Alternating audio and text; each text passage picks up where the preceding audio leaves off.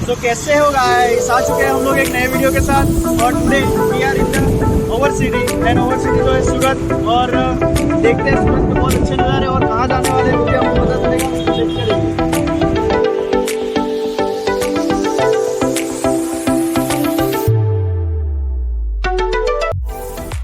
तो आज जो है हम लोग है सूरत सिटी में, और सूरत सिटी जो है उसे डायमंड सिटी भी कहा जाता है, क्योंकि वर्ल्ड के 90% डायमंड जो है वो यहीं पे कटिंग और पॉलिश होते हैं।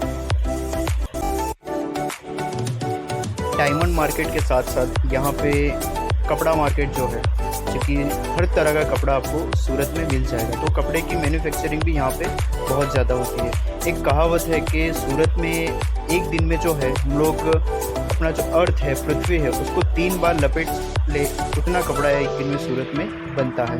और जैसे कि आप आसपास देख रहे हो, ये सारे जो है कपड़ा मार्केट ही है। तो यहाँ पे आपको हर तरह के जो कपड़े हैं उसकी वैरायटी मिल जाती है। जैसे कि आप देख रहे हो, ओवरब्रिज पे काफ़ी ट्रैफिक है, और ओवरब्रिज के मामले में भी सूरत जो है वो इंडिया में फर्स्ट नंबर पे आता है। तो करीबन 90 से भी ज़्यादा जो ओवरब्रिज है वो सूरत में है। आई थिंक वो 100 का आंकड़ा भी थोड़े टाइम में क्रॉस कर ही जाएगा। तो भारत में सबसे ज़्यादा ओवरब्रिज जो है वो भी सूरत में ही है। तो आज हम लोग जाने वाले हैं सूरत के सुप्रसिद्ध इस्कॉन टेम्पल। इस्कॉन मंदिर जो है वो सूरत रेलवे स्टेशन से करीबन 10 किलोमीटर है, और सूरत इंटरनेशनल एयरपोर्ट से करीबन 21 किलोमीटर है। तो हम लोग बाय रोड ही जा रहे हैं, तो हमें भी करीबन 10 से 11 किलोमीटर तक जाना है। सूरत शहर जो है वो तापी नदी के किनारे बसा हुआ एक शहर है। और सूरत शहर के इतिहास की अगर बात करूँ तो सूरत शहर की जो तापी नदी है वो सूर्य भगवान की पुत्री कही जाती है। और साथ में ही और एक किस्सा है जो मैं आपको सुनाता हूँ। तो महाभारत में जो कर्ण थे, तो कर्ण ने जब अंतिम समय में युद्ध के बाद भगवान श्री कृष्ण के पास एक वरदान मांगा था कि मेरा जो अंतिम संस्कार है वो एक ऐसी जगह पे कीजिएगा कि जहाँ पे किसी भी तरह का कोई पाप न हुआ हो। तो भगवान श्री कृष्ण ने जब अपनी दिव्य दृष्टि घुमाई तो उनको सिर्फ पूरी पृथ्वी पर सिर्फ 1 इंच जगह मिली, और वो 1 इंच जगह थी सूरत में। तो सूरत में 1 इंच जगह जहाँ पे मिली, वहाँ पे श्री कृष्ण भगवान ने एक बाण लगा करके उस बाण के ऊपर कर्ण का जो है अंतिम संस्कार किया था। तो यह जो पवित्र भूमि है वो सूरत में ही है। आने वाले थे भगवान श्री कृष्ण के इस्कॉन टेम्पल जो कि सूरत में है, और चलते हैं इस्कॉन मंदिर में और देखते हैं बहुत ही बढ़िया यहाँ के नज़ारे, और भगवान के दर्शन भी करते हैं।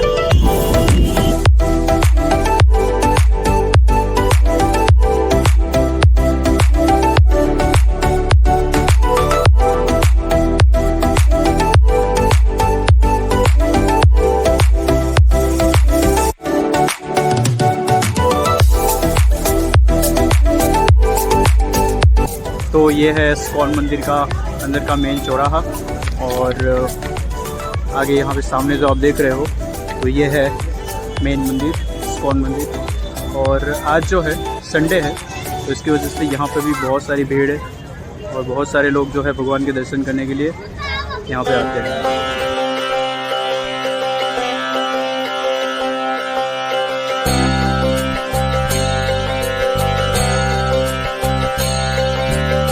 बहुत ही सुंदर ये नज़ारा, जैसे कि आप देख रहे हो, लॉर्ड श्री कृष्णा जो है कालिया नाग के ऊपर है। और यहाँ पे अगर आप देखोगे तो ये बड़ा सा रथ है। जब बड़ी रथ यात्रा निकलती है तो ये रथ को यहाँ से निकाला जाता है, और उसके बाजू में ही है श्री प्रभुपाद जी का आश्रम। और चलते हैं हम लोग मंदिर के अंदर, एंट्रेंस करते हैं। हरे रामा हरे रामा रामा रामा हरे हरे हरे रामा रामा रामा। तो मंदिर में एंटर करते ही आप बूट चप्पल उतारना चाहो तो यहाँ पे स्टैंड है, और साथ में ही प्रदर्शन हॉल है। तो प्रदर्शन हॉल के अंदर चलते हैं और फिर यहाँ पे जानते हैं कि स्पिरिचुअल वर्ल्ड एक्चुअल में है क्या। સ્કૂલોમાં બધું ભણાવે છે ભૌતિક જ્ઞાન, પણ આધ્યાત્મિક જ્ઞાન જે મંદિરોમાં આપવામાં આવે છે ને હવે ભગવાને આ મનુષ્ય માનવ દેહ પ્રદાન किया। भगवान ने 84 लाख शरीर का निर्माण किया। 84 लाख शरीरों भगवान ने बनाया। ये वृक्ष शरीर है, पशु शरीर, पक्षी, ये सब शरीर है, लेकिन भगवान ने हमको सुंदर भगवान जैसा शरीर हमको मानव देह प्रदान किया। 2 हाथ, 2 पैर, सुंदर मुख, ऐसा भगवान ने हमें मनुष्य मानव देह प्रदान किया। तो ये मानव देह देने के पीछे उसका क्या हेतु, क्यों हमें मनुष्य बनाया, क्यों हमें वृक्ष नहीं बनाया, पशु नहीं बनाया, पक्षी नहीं बनाया, क्यों हमें मनुष्य बनाया, उसका कुछ हेतु होगा ना, क्यों बनाया। तो महाभारत ने एक श्लोक में कीधु है, आहार निंद्रा भय मेतनम समाने तत् पशु भरणनाम। आहार खाऊ, निंद्रा सूવું, ભય પછી ડરવું, મેથુન એટલે કે સંતાન ઉત્પત્તિ કરવી, આ 4 કાર્યો हम मनुष्य जाति करते हैं। ये 4 कार्य आहार निंद्रा भय मेतनम, ये 4 ही कार्य हम करते हैं। तो ये बोला है 4 कार्य पशु समान, पशु भरणनाम। ये 4 कार्यों पशु भी करते हैं, वो भी आहार करते हैं, वो निंदा करते हैं, वो किसी से डरते हैं, वो भी संतान उत्पत्ति करते हैं। ये 4 कार्य पशु और मनुष्य में समान होते हैं, समान। तो ऐसा कौन सा भगवान ने हमें दिया कि हम पूरे ये सब योनि में मनुष्य श्रेष्ठ कहलाते हैं। એટલે એવી કઈ વસ્તુ ભગવાને આપણને પ્રદાન કરી કે આપણે બધી યોનિમાં મનુષ્ય યોનિ શ્રેષ્ઠ કહેવાની। તો કીધું છે આહાર નિંદ્રા ભય મેથુન સમાને તત્ પશુ પરિણામ। 4 કાર્યો તો સમાન છે, પણ ધર્મ હિ એક અધિક વિશેષ, ધર્મ હિ નર પશુ સમાના। આપણામાં એક પ્લસ પોઈન્ટ આપ્યો છે ભગવાને ધર્મનો। આપણે બધા મનુષ્ય ધર્મનું પાલન કરી શકીએ, પશુ ધર્મનું પાલન ન કરી શકે। તો ધર્મનો પાયો છે જિજ્ઞાસા કરવી। મનુષ્ય જિજ્ઞાસા કરી શકે, જિજ્ઞાસા એટલે કોઈના વિશે જાણવાની ઈચ્છા કરી શકીએ। તો આપણને ભગવાને મનુષ્ય જીવનમાં આપ્યું છે જિજ્ઞાસા શક્તિ આપી છે। તો આ શક્તિનો આપણે ઉપયોગ એમાં કરીએ આખી દુનિયાની ખબર રાખવામાં, કે જે આપણા માટે કોઈ કામનું નથી। પેલા એ કામ થયું, પેલા એમ કર્યું, ઓલા દેશમાં આમ થયું, પણ એ આપણે કોઈ કામનું નથી। પણ આપણે પોતાની ખબર નથી, જાણવાની ઈચ્છા બધા માટે કરીએ, પેલા માટે ઓલાએ આમ કર્યું, પણ પોતાની કોઈ ખબર નથી। તો શાસ્ત્રનો પહેલો સવાલ છે અથવા તો બ્રહ્મ જિજ્ઞાસા। ભગવાને જિજ્ઞાસા શક્તિ આપી, તો જિજ્ઞાસા 2 પ્રકારની છે। જિજ્ઞાસા શક્તિ 2 પ્રકારની। હવે ગઈકાલે શનિવાર ગયો તો ઘણાએ જિજ્ઞાસા કરી હોય કે કાલે રવિવાર છે, હું આ ગાર્ડનમાં ફરવા જઈશું, આ રેસ્ટોરન્ટમાં જમવા જઈશું, પણ આ જિજ્ઞાસાથી આપણા આત્માનું કોઈ કલ્યાણ નહીં થાય। પણ આપણા આત્માનું કલ્યાણ થાય એવી જિજ્ઞાસા કઈ છે બ્રહ્મના વિષયમાં। બ્રહ્મ જિજ્ઞાસા કરવી જોઈએ, જીવે જાણવું જોઈએ હું કોણ છું, હું દુઃખી કેમ છું, ક્યાંથી આવ્યો, ક્યાં જવાનું છે, હું સુખી કેવી રીતે જીવન સર્વસ્વ લક્ષ્ય શું હોવું જોઈએ। આ જિજ્ઞાસા કરવા માટે આપણને મનુષ્ય અવતાર આપવામાં આવ્યો છે। એ આ જિજ્ઞાસાથી આપણા માનવ હોવાનો પ્રારંભ આથી થાય। જો આ જિજ્ઞાસા આપણે ન કરીએ તો આપણામાં પશુમાં કોઈ અંતર નથી। એક પશુ એ જિજ્ઞાસા નથી કરી શકતો હું કોણ છું એમ। હવે કૂતરો હોય, કૂતરાને ઈચ્છા નથી થતી કે ભાઈ આ લોકો મને પથ્થર મારે છે, આ મોટા મોટા બંગલામાં રહે છે, આવું કેમ થાય છે, એને એવી જિજ્ઞાસા નથી થતી। મનુષ્યને થવું જોઈએ તો હું કોણ છું, હું દુઃખી કેમ છું, ક્યાંથી આવ્યો, ક્યાં જવાનું છે, જીવનનું સર્વસ્વ લક્ષ્ય શું હોવું જોઈએ। તો હવે આપણે જાણવું જોઈએ કે હું કોણ છું। આપણે જાણ્યું હું કોણ છું, આપણે કોણ છીએ જાણ્યું। આપણે કોઈને પૂછીએ કે ભાઈ તમે કોણ છો, તો આપણે સમજીએ, આપણું નામ આપીએ, ભાઈ મારું આ નામ છે, હું આ વિસ્તારમાં રહું છું, આપણી ઓળખાણ આપીએ છીએ। પણ આપણી ઓળખાણ ક્યાં સુધી, કે જ્યાં સુધી આપણે જીવિત છીએ ત્યાં સુધી। પછી મૃત્યુ પછી હું કોણ છું, મૃત્યુ પછી હું કોણ છું, પછી આપણો જન્મ થયો, પછી 6 દિવસ પછી આપણું નામ પાડવામાં આવે, તો એ 6 દિવસ પહેલાં હું કોણ હતો, આપણી વાસ્તવિક ઓળખાણ હું છે, હું કોણ છું। પછી આપણે મહેનત કરીએ છીએ એના માટે, સુખી થવા માટે કરીએ ને, દુઃખી થવા માટે કોઈ મહેનત કરે નહીં ને, છતાં પણ દુઃખ આવે છે કે નહીં આવે ને, મહેનત કર્યા વગર દુઃખ આવે છે। ને સુખી થવા માટે બહુ પ્રયાસ કરીએ પણ સુખ મળતું નથી, આવું કેમ બને છે। તો આ બધા પ્રશ્નોના જવાબ આ બધી સ્લાઇડોમાં આપ્યા છે। તો આપણે જાણીએ કે હું કોણ છું, આપણી વાસ્તવિક ઓળખાણ શું છે, આ સ્લાઇડથી જોઈએ। તો આ એક ચિત્ર આપ્યું છે, એ આમાં દાદા સૂતા છે અને એના સગા સંબંધીઓ છે, આ બધા રડે છે, અને સગા સંબંધીઓ શોક રડે છે। જેવી રીતે આપણા ઘરમાં કોઈ દાદા કોઈ ગુજરી ગયા હોય તો બધા પરિવારવાળા ભેગા થઈને રડતા હોય ને, એમ બધા રડતા હતા। તો એક બાળકે આવીને એના પપ્પાને પૂછ્યું, પપ્પા તમે આ દાદા અહીંયા સૂતા છે અને તમે બધા ભેગા થઈને રડો છો શા માટે? શું બનાવ બન્યો? કેમ રડો છો તમે બધા? તો એના પપ્પાએ એને જવાબ આપ્યો, બેટા દાદા આપણને છોડીને વયા ગયા. દાદા આપણને છોડીને વયા ગયા. તો છોકરાએ કીધું તમે ખોટું બોલો છો, દાદા તો અહીંયા સૂતા છે. છોકરાએ કીધું દાદાનું શરીર દેખાય ને એને તો શરીરનું દાદાનું શરીર ભાળે છે, દાદા તો સૂતા છે, તમે ખોટું બોલો છો. તો એના પપ્પાએ કીધું ના બેટા દાદા આપણને છોડીને વયા ગયા. છોકરાએ પાછું કીધું તો બોલો આ સુતાઈ કોણ છે? બોલો આ સુતાઈ દાદા છે તો વયું કોણ ગયું છે? પ્રશ્ન એ સ્વાભાવિક છે ને, આ સુતાઈ તો દાદા જ છે ને, કે દાદાનું શરીર દાદા જ છે. આ તમે ખોટું બોલો છો. તો દાદા તો છે પણ દાદામાં જે આત્મા હતો એ દાદાને છોડીને વયો ગયો. તો જ્યાં સુધી આ શરીરમાં આત્મા છે ત્યાં સુધી આંખથી જોઈ શકીએ, કાને સાંભળી શકીએ ને જીભે બોલી શકીએ. જેવો આત્મા નીકળી ગયો એટલે આ બધી વસ્તુ શરીર હારે જોડેલી છે. આ આંખ, કાન, નાક, જીભ બધું શરીર હારે જ છે. શરીરના આત્મા અલગ અલગ થઈ ગયો માનો તો આ બધી વસ્તુ શરીર હારે વસ્તુ જોડેલી છે. તો એ કાર્ય કરવું જોઈએ કે નહીં? કરવું જોઈએ ને, કારણ કે શરીર હારે વસ્તુ છે ને. પણ એ કાર્ય કરીએ છે નહીં કરી શકે. કેમ? કારણ કે જોવા વાળો બોલવા વાળો કોણ હતો? આત્મા હતો.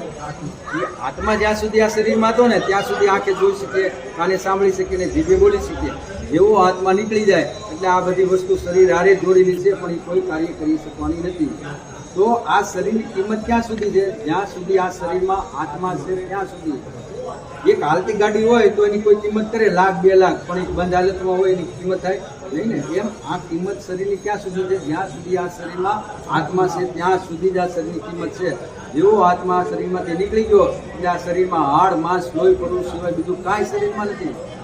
આ શરીર સુંદર ક્યાં સુધી લાગે? કે જ્યાં સુધી આ શરીરમાં આત્મા છે ત્યાં સુધી. જેવો શરીરમાંથી આત્મા નીકળી ગયો એટલે આ શરીર ફૂલવા મળે, દુર્ગંધ મારવા મળે, મારે ને. તો આ શરીરની કિંમત છે આત્માની ઉપસ્થિતિમાં જ. તો આત્માની તો આપણે કહીએ આ શરીર સુંદર છે, આ શરીર મને સુખ આપે છે, આ શરીર મને આનંદ આપે છે. જો શરીર સુખ આનંદ આપતું હોય તો કોઈનો મૃત્યુદેહ પડ્યો હોય એને આપણે ભેટીએ તો આનંદ આવે? કોઈની લાશ પડી હોય એને આપણે ભેટવાને તો આનંદ આવશે? શરીર તો છે ને, એ શરીર છે, આ શરીર છે, એ ભેટીએ તો આનંદ આવશે? નહીં આવે, કારણ કે એમાં આત્મા નથી. એમાં આત્મા નથી. તો શરીરના મળવાથી આનંદ નથી મળતો, પણ આત્મા મળે તો જ સાચો આનંદ મળે છે. તો આપણી કિંમત છે કે શરીરની કિંમત? શરીરની કે આત્માની? આત્માની કિંમત આત્માની છે. તો આપણે આ શરીર માત્ર સાધન છે, કાર્યકર્મ કરવા માટે આ શરીર મળ્યું છે આપણને. પણ એટલે આપણે જાણવું જોઈએ શરીર નથી કોણ છીએ? આપણે આત્મા છીએ. આપણે આ શરીર નથી પણ શરીરને હકારવા વાળો, શરીરમાં રહેવા વાળો દિવ્ય આત્મા આપણે છીએ. આ શરીર નથી આપણે. તો આપણી હાલત કેવી છે? આને જેવી છે કે એક ઉદાહરણ દીધું કે આ પિંજરું છે, એમાં પોપટ છે, 2 ભાન જોવો. એના માલિક એમ કે આ પિંજરું ખરાબ છે ને હું સાફ કરીશ ને તો પોપટને આનંદ આવશે, એવી આપણી હાલત છે. આપણે આખો દિવસ તનતોડ મહેનત કરીએ છીએ, ખૂબ સંઘર્ષ કરીએ એના માટે, ઇન્દ્ર માટે બહુ મહેનત કરીએ છીએ, સખત પરિશ્રમ કરીએ શરીર માટે, પણ આત્મા માટે કોઈ કાર્ય આપણે કરતા નથી.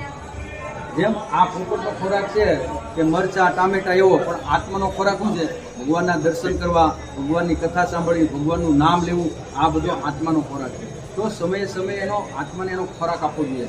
અઠવાડિયામાં ઓછામાં ઓછું એકવાર એને આત્માનો ખોરાક આપવો જોઈએ. હવે આપણે ભગવાનના દર્શન કરીએ તો આપણને આનંદ આવે ને, અંદર શાંતિ થાય છે, કારણ કે એ આત્માનો ખોરાક છે. દર્શન કરવા ભગવાનની કથા, કીર્તન સાંભળવું આત્માનો ખોરાક છે. તો એને સમયે સમયે એનો ખોરાક આપવો જોઈએ. અઠવાડિયામાં ઓછામાં ઓછું એકવાર મંદિરે જવું જોઈએ, ભગવાનના દર્શન કરવા જોઈએ, ભગવાનની કથા સાંભળવી જોઈએ, ભગવાનનું નામ લેવું જોઈએ. હવે આપણે એક માનો 4 વ્હીલ લઈએ, 4 વ્હીલ. હવે 4 વ્હીલ કરવાવાળો ડ્રાઈવર રાખીએ, આપણે ડ્રાઈવર રાખીએ 4 વ્હીલ કરવાવાળો. હવે ડ્રાઈવરને આપણે પગાર ન આપીએ તો શું થાય? 1 મહિનો, 2 મહિનો, 3જા મહિને તો બધો જવાનો ને, એની રહે. પછી એમાં શરીર અકારવાળો કોણ છે? આત્મા. શરીર અકારવાળો આત્મા છે. હવે આત્માને જે આપણે એનો ખોરાક ન આપીએ, ભગવાનના દર્શન ન કરાવીએ, એની કથા ન સંભળાવીએ, એનું નામ ન લેવે, તો આ શરીરમાં કેટલો સમય ટકવાનો આત્મા? તો એને આત્માને એનો ખોરાક આપતો રહેવો જોઈએ. હવે આપણે જોયું હું શરીર નથી પણ આપણી વાસ્તવિક ઓળખાણ શું કીધી? હું શરીર નથી પણ આપણે આત્મા છીએ. હવે બહાર જઈને આપણે એમ કહેવાય ભાઈ હું શરીર નથી, હું તો આત્મા છું, એમ કહેવાય ના? કોઈને કીધું હોય તો ભાઈ હું શરીર નથી, હું તો આત્મા છું, એમ કહેવાય? હાથ ગાંડો થઈ ગયો એમ કે.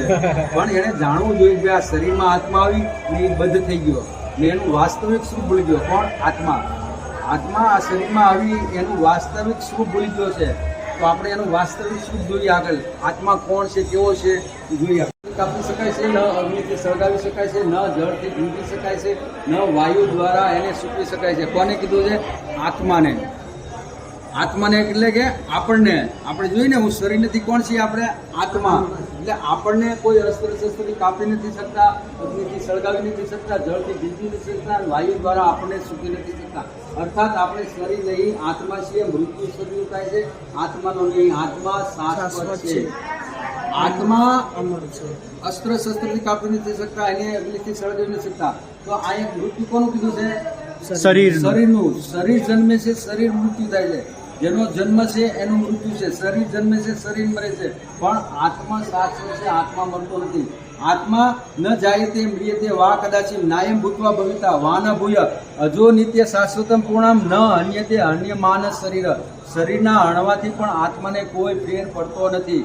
આત્મા નિત્ય છે, શાશ્વત છે. આત્મા માટે ક્યારેય મૃત્યુ નથી, એના માટે ક્યારેય જન્મ નથી. આત્મા જન્મ નથી લેતો, આત્મા ક્યારેય મરતો નથી. આત્મા પહેલેથી છે, શાશ્વત છે. આત્મા અમર છે, આત્મા મરતો નથી. આત્મા શરીર બદલે છે. હવે આત્માની શરીરમાં લિમિટ હોય છે કે તારે આ શરીરમાં આટલો સમય જ રહેવાનું છે. આ શરીરમાં તારે એટલો સમય જ રહેવાનો. આત્માની એની લિમિટ હોય છે. જીતની ચાવી ભરી ઉડના ચલેગા કિલોના. તો આ શરીરને આપણે ગમે એટલું હલાવીશું, ગમે એટલું સાચવી રાખશું, સારું સારું ખવડાવીશું, સારું સારું કસરતમાં દોડાવીશું, પણ આ શરીર નાશ થવાનું છે. કારણ કે શરીર નાશવંત છે. શરીર નાશ થવાનું છે. આત્મા અમર છે, આત્મા મરતો નથી, આત્મા શાશ્વત છે. આત્મા શરીર બદલે છે. જેવી રીતે આપણે વાંછાસી જીર્ણાની યથાવ્યાય નવાની દેહી નો રોપણાની, જેવી રીતે આપણે ફાટેલા ને જૂના વસ્ત્ર તજી નવા વસ્ત્રને ધારણ કરીએ, એમ આત્મા એક વૃદ્ધ અને બીમાર શરીર તજી નવા શરીરને ધારણ કરે છે. આત્મા મરતો નથી, આત્મા શરીર બદલે છે. આત્મા અજર અમર છે. તો આપણે જોયું ને, હું શરીર નથી, કોણ છીએ આપણે? આત્મા. અને આત્મા કેવો કીધો છે? અમર, શાશ્વત છે. આત્મા ક્યારેય મરતો નથી. તો આત્મા કોણ કીધું? ભગવદ્ ગીતા અધ્યાય 15 શ્લોક નંબર 7 માં ભગવાન શ્રી કૃષ્ણ કહે છે, મામે વાંચે જીવ લોકે જીવ ભૂત સનાતન, કે હે અર્જુન, આ જેટલા આત્માઓ છે ને એ બધા મારા સનાતન અંશ છે. આપણે બધા ભગવાનના અંશ છીએ અને ભગવાનથી જોડાયેલા હતા. આપણા વાસ્તવિક પિતા કોણ છે? ભગવાન. આપણે બધા ભગવાનથી જોડાયેલા હતા. વાસ્તવિક પિતા આપણા ભગવાન છે. પણ ભોગ કરવાની ઈચ્છાને લીધે મારાથી અલગ થઈને આ સંસારમાં દુઃખ ભોગવી રહ્યા છીએ. હવે આપણે આપણા પિતાના આશ્રયમાં હોઈએ, આપણા પિતા સાથે આપણે રહેતા હોઈએ, તો આપણી બધી જવાબદારી કોની હોય છે? આપણા પિતાની હોય છે. પણ આપણા પિતાના અમુક નિયમો હોય છે. હવે એનો છોકરો બહાર ગયો હોય, મોડે આવ્યો હોય, 12-1 વાગે રાત્રે આવ્યો હોય, તો એના પિતા પૂછે, ભાઈ તું ક્યાં ગયો હતો અત્યાર સુધી? તે ક્યાં ખાધું? તું ક્યાં અત્યાર સુધી? તારે 10 વાગે ઘરે આવી જવું જોઈએ. તું આ જે તે ખાસ હોય તારે ન ખાવું જોઈએ. એ બધા આપણા હારા માટે કહેતા હોય ને, આપણા પિતા બધું હારા માટે કહેતા હોય. પણ એ જોવે છે કે એનો મિત્ર એના પિતાથી અલગ થઈ ને કેવો સુખ ભોગવે છે. 12-1 વાગે રાત્રે આવે છે, કોઈ પૂછતું નથી. હોટલમાં ખાય છે, કોઈ પૂછતું નથી, કોઈ પૂછવાવાળો નથી. કેવો આનંદ કરે છે. તો એના પિતાને શું કહે છે? મારે તમારા નિયમનું પાલન નથી કરવું, મારે તો સુખ ભોગવું છે, આનંદ કરવો છે. એટલે એના પિતાથી અલગ થાય છે. તો એવી રીતે આપણે ભગવાનથી અલગ થઈએ છીએ. તો ભગવાન કે ભાઈ આ સંસાર દુઃખાલયમાં શાશ્વતમ કીધો છે. ભગવદ્ ગીતા 8.15 ભગવાન આ જગતને દુઃખાલયમાં શાશ્વતમ કહે છે. આ સંસાર દુઃખોથી ભરેલો છે, દુઃખાલય છે. તારે સુખી થવું તું જઈશ ક્યાં એમ? તો જેવી રીતે પુત્ર રમકડા રમવા માટે રડે છે અને પિતા કહે બેટા વાંચવાનો સમય છે, છતાં પુત્રની જીત જોતા પિતાને તેની ઈચ્છા પૂરી કરવી પડે. એક બાળક હોય, છોકરો હોય, એની પરીક્ષા હોય, તો એનો સમય શું હોય? એને વાંચવું હોય, એને વાંચવું જોઈએ, એના હિતમાં હોય, એને વાંચવું જોઈએ. પણ એ બહુ કજિયો કરતો હોય, બહુ જીદ કરતો હોય કે નહીં મને મોબાઈલ આપો, મારે મોબાઈલમાં ગેમ રમી છે, મને મોબાઈલ જ આપો, એમ બહુ જીદ કરતો હોય. તો એના હિતમાં ન હોવા છતાં એના પિતાને એની ઈચ્છા પૂરી કરે, હાલે લઈ જાય કહી ને. હવે દિવાળી હોય, હવે નાનું એવું છોકરું હોય, ફટાકડે લેવા ગયા હોય, હવે એક લવિંગો નાનો ફટાકડો ફોડી એક તો ન હોય લવિંગો, ને હવે બોમ્બની ઈચ્છા કરે, નહીં મને આ સુતળી બોમ્બ જ લઈ ગયો, મને સુતળી બોમ્બ જ લઈ ગયો. હવે આપણે બહુ હેઠો બેસી જાય, નહીં મને મોબાઈલ મને આ બોમ્બ જ લઈ ગયો. હવે ફોડીએ કેમ ન હોય છતાં આપણે શું કરીએ? હાલે તું લે એમ, અને આપણે લઈને આપીએ છીએ. તો એમ ભગવાન આપણી ઈચ્છા પૂરી કરે છે. તારે સુખી થવું છે ને, એમ ભગવાનને આપણને છૂટા કરીએ છીએ. તો જેવા ભગવાનથી અલગ થતા જીવ 24 તત્વ સાથે માતાના ગર્ભમાં આવે છે. તો પંચમહાભૂતનું આ શરીર બન્યું, પૃથ્વી, જળ, અગ્નિ, વાયુ, આકાશનું.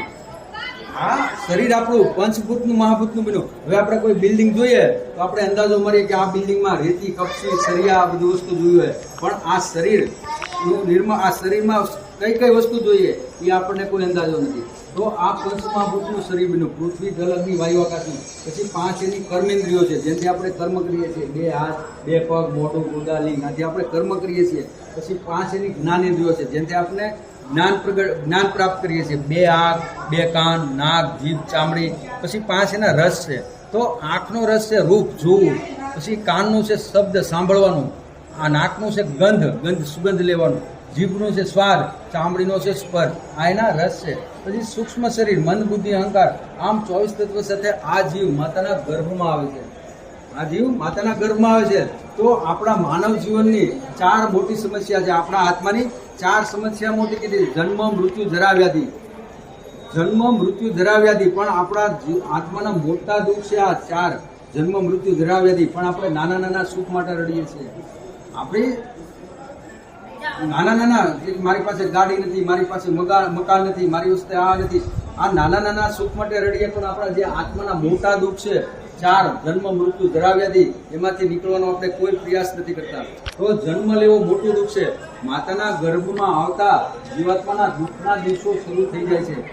9 પાતળી ગર્ભાશયની થેલીમાં આ રીતના ઊંધો લટકાડવામાં આવે છે 9 મહિના સુધી. તો એ ગર્ભાશયની થેલી એટલી પાતળી હોય છે ને, એમાં માતા કોઈ ખાટું, તીખું, તળેલું ખાય ને તો એની અસર આ અંદર રહેલા જીવ ઉપર થાય છે. આ આપણા હાથમાં કંઈ વાગ્યું હોય, એમાં ખાટું, તીખું અડ્યું હોય તો કેટલી વેદના થાય, કેટલું દુઃખ થાય. એવું અસહ્ય દુઃખ જ્યારે માતાના ગર્ભમાં, જ્યારે જીવ આ બાળક હોય ત્યારે માતા કોઈ આવો પદાર્થ ખાતા હોય, ખાટો, તીખો, પાણીપુરી, પીઝા, બર્ગર, આવું વસ્તુ ખાતા હોય છે, તો એની અસર આ ત્વચા, કોમળ ચામડી ઉપર પડે છે. ત્યારે એને ખૂબ વેદના થાય, બહુ દુઃખ થાય છે આ જીવને. ત્યારે પછી ગર્ભાશયની થેલીમાં ગટર જેવું ગંદુ પાણી હોય છે. ગર્ભાશયની થેલી એક 9 સેન્ટીમીટરની નાની એવી ગર્ભાશયની થેલી હોય છે. ગર્ભાશય એટલે જઠર. આપણે જે કંઈ ખાઈએ બધું ક્યાં જાય? જઠરમાં. એમાં ગર્ભાશયની થેલી હોય છે. એમાં મળ, મૂત્ર, પરવું એવું ગંદુ પાણી હોય છે. ને એમાં નાના સૂક્ષ્મ જંતુ હોય છે, નાના જીવાણુ હોય છે. એ જંતુ જીવને ડંખ મારે છે. એ ડંખ મારે એટલે એ બાળક આખું અંદર ફરકી જાય છે, આખું અંદર હલી જાય છે. ત્યારે માતા ખુશ થાય છે કે બાળક અંદર ફરકે છે, પણ એ બાળક સુખને લીધે નહીં પણ દુઃખને લીધે અંદર હલતું હોય છે. કારણ કે વારંવાર જંતુને ડંખ મારે છે. જ્યારે તાજું જન્મેલું બાળક આપણે જોઈએ ને તો એની પર લાલ નાના નિશાન હોય છે, ઝીણા લાલ નિશાન હોય. એના હોય છે ત્યાં જંતુ ડંખ મારે છે. તો વારંવાર જંતુને ડંખ મારે ને તો એ બેભાન થઈ જાય. એટલે પાછું ભાનમાં આવે, બેભાન થાય, ભાનમાં આવે. આમ ત્યાં ખૂબ દુઃખ ભોગવે છે. કારણ કે દુઃખ ભોગવ્યા સિવાય બીજો કોઈ રસ્તો નથી. ત્યાં બહુ દુઃખ ભોગવે છે. જ્યારે એ 7 મહિનાનું થાય ને ત્યારે એને જ્ઞાન શક્તિ પ્રગટ થાય છે. 7મા મહિને એને પૂર્વજન્મનું જ્ઞાન થાય છે. ત્યારે ભગવાનને પ્રાર્થના કરે છે, હે ભગવાન, તું મને આમાંથી છૂટો કર, તું મને આ નર્કમાંથી કાઢ, દુઃખમાંથી તું મને બહાર કાઢ, હું તારું ભજન કરીશ, તારી ભક્તિ કરીશ. ભગવાનને પ્રાર્થના કરે છે. ત્યારે ભગવાન એને કહે છે, ભાઈ હું તારું તને બહાર તો કાઢું, પણ બહાર જઈને તું પાછું ભૂલી તો નહીં જાય ને? કે નહીં પ્રભુ, નહીં ભૂલું, હું બહાર જઈને તારું ભજન, તારું ભક્તિ કરીશ. આપણે પણ, તું, તમે ને અમે, હું બધા આપણે ભગવાનને આ પ્રાર્થના કરીને જ બહાર આવ્યા છીએ માતાના ઘરમાં. પણ આપણે પાછું ભગવાનનું ભજન નથી કરતા. મોહ માયામાં આવી પાછા મૃત્યુ થાય છે, પાછા માતાના ઘરમાં જઈએ છીએ. ત્યારે ભગવાનને પાછી પ્રાર્થના કરીએ છીએ. ત્યારે ભગવાન એમ નથી કહેતા ભાઈ મેં તને ગઈ વખતે છૂટો કર્યો, હવે નહીં. પણ ભગવાન ભક્ત વત્સલ છે. એ કે કાંઈ નહીં, તું આ જન્મ તો એના આગલા જન્મે, એ જન્મ તો એના આગલા જન્મે તું મારું ભજન કરીને મારા ધામમાં આવીશ. કારણ કે ભગવાનની ઈચ્છા છે મારાથી છૂટા પડેલા જીવો બધા મારી પાસે આવે. આમ ભગવાન એનો જન્મ કરાવે છે. તો જેવો જન્મ થાય એટલે બાળક રડતું આવે ને, રડતું આવે ને. શા માટે આવે? કોઈ જાણ્યું નથી. રડતું કેમ આવે? હવે માનો કે આપણું બાળક હસતું રમતું બહાર જતું હોય, ગયું હોય ઘરેથી, હસતું રમતું ઘરેથી બહાર જાય, પછી બહારથી રડતું આવે. ક્યારે આવે? કોઈ એને માર્યો હોય, કોઈ માર્યો હોય, કોઈ પડ્યો હોય કે વાગ્યું હોય, કોઈ પણ દુઃખ થયું હોય તો રડતું આવવાનું ને. એમ આ જીવ માતાના ગર્ભમાં ખૂબ દુઃખ ભોગવીને આવે છે. આ માટે રડતું આવે છે. પછી કીધું છે વાસ્તવિકના દુઃખ કરતાં 100 ગણું દુઃખ ગર્ભમાં છે. ગરુડ પુરાણ કે વાસ્તવિક દુઃખ કરતાં, જે વાસ્તવિક નર છે એના કરતાં 100 ગણું દુઃખ. આપણે કહીએ ભાઈ નર્ક સ્વર્ગ બધું અહીંયા છે ભોગવો, પણ નહીં, હકીકત બધી વસ્તુ ભગવાને બનાવી છે. સ્વર્ગ નર્ક બધું બનાવ્યું છે. આપણે જ્યારે શ્રીમદ ભાગવતમ કથા સાંભળીને એમાં 5મ સ્કંદમાં બધી સ્પષ્ટ વર્ણન આપ્યું છે. પૃથ્વીથી કઈ દિશામાં નર્ક છે, કેટલા યોજન દૂર છે, આ ગ્રહથી કેટલો દૂર આવ્યો છે, બધું સ્પષ્ટ વર્ણન આપ્યું છે. તેમાં શ્રીમદ ભાગવતમ પંચમ સ્કંદમાં. તો આમ ભગવાનનો જન્મ કરાવશે તો જેવો જન્મ થતા બહાર નીકળતા જીવ ફરી ભગવાનને ભૂલી જાય છે ને સુખી થવાનો પ્રયાસ કરે છે. તો શિશુ અવસ્થામાં માતાના ગોદમાં રમીશ તો હું સુખી થઈશ, તો થોડોક મોટો થાવ રમકડારે રમીશ તો હું સુખી થાય, થોડોક મોટો થાવ સ્કૂલે ભણવા જઈશ તો હું સુખી થાય, થોડોક મોટો થાવ કે કોલેજમાં ભણવા જાવ પછી હું સુખી થાય. આ બધા સુખી થવાના પ્રયાસ કરે છે જીવ. હવે એક છોકરું ભણવા જતું હોય, આપણે એને પૂછીએ કેમ બેટા સુખી મજામાં છો ને, એ કે હું સુખી, એમ કે સવારમાં વહેલું ઊભું થવાનું, સ્કૂલનું લેસન, ટ્યુશનનું લેસન, હું તો કંટાળી જાઉં એમ કે હું કોલેજમાં આવું ને પછી મને આનંદ આવે એમ. કારણ કે કોલેજમાં બધાની ઈચ્છા હોય વિદ્યાર્થીઓની કે કોલેજમાં જાય પછી આનંદ આવે. તો 8-10 વર્ષ પછી કોલેજમાં જાય, ત્યાં જઈને પૂછી કેમ ભાઈ બેટા હવે તો કોલેજમાં આવ્યો, હવે તો મજા ને સુખી ને, કે હું સુખી, એમ કે મારી પાસે પૈસા નથી, મારા મિત્ર પાસે પૈસા છે, બધા છોકરા છોકરી એની પાસે જાય, મારી પાસે તો કોઈ આવતું નથી. મને કંઈક પૈસા મળે, ડિગ્રી મળે, પૈસા મળે તો હું સુખી થાવ. હવે થોડાક વર્ષ પછી 2-3 વર્ષ પછી નોકરી મળે, ઓફિસમાં જઈને પૂછી કેમ ભાઈ હવે તો તારે પૈસા આવતા થયા, હવે તો સુખી ને, એ કે હા ભાઈ મારી પાસે પૈસા તો આવે છે પણ મારા પરિવારવાળા, મારા ઘરવાળા મને નહીં પણ કોને, મારા પૈસાને પ્રેમ કરે છે. પણ મને પ્રેમ કરવાળી મળે, લગ્ન કરીશ ને તો હું સુખી થઈ જઈશ. તો આ રીતના જીવ ભોગ કરવાનો ને સુખી થવાનો પ્રયાસ કરે છે, પણ જીવ કોઈ દિવસ સુખી થતો નથી. કારણ કે ભગવાને આગળ કીધું ને દુઃખાલયમ શાશ્વતમ, આ જગત દુઃખોથી ભરેલું છે, દુઃખાલયમ છે. ને આપણે સુખી થવા માટે ક્યાં આવીએ છીએ? સંસારમાં.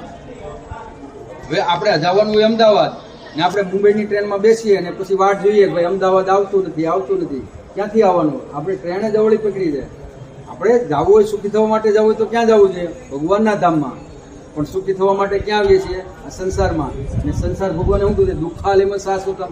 આ સંસાર દુઃખોથી ભરેલો છે, સુખ છે જ નહીં. તો આમ જીવ ભોગ કરવાનો સુખી થવાનો પ્રયાસ કરે પણ જીવ કોઈ દિવસ સુખી થતો નથી.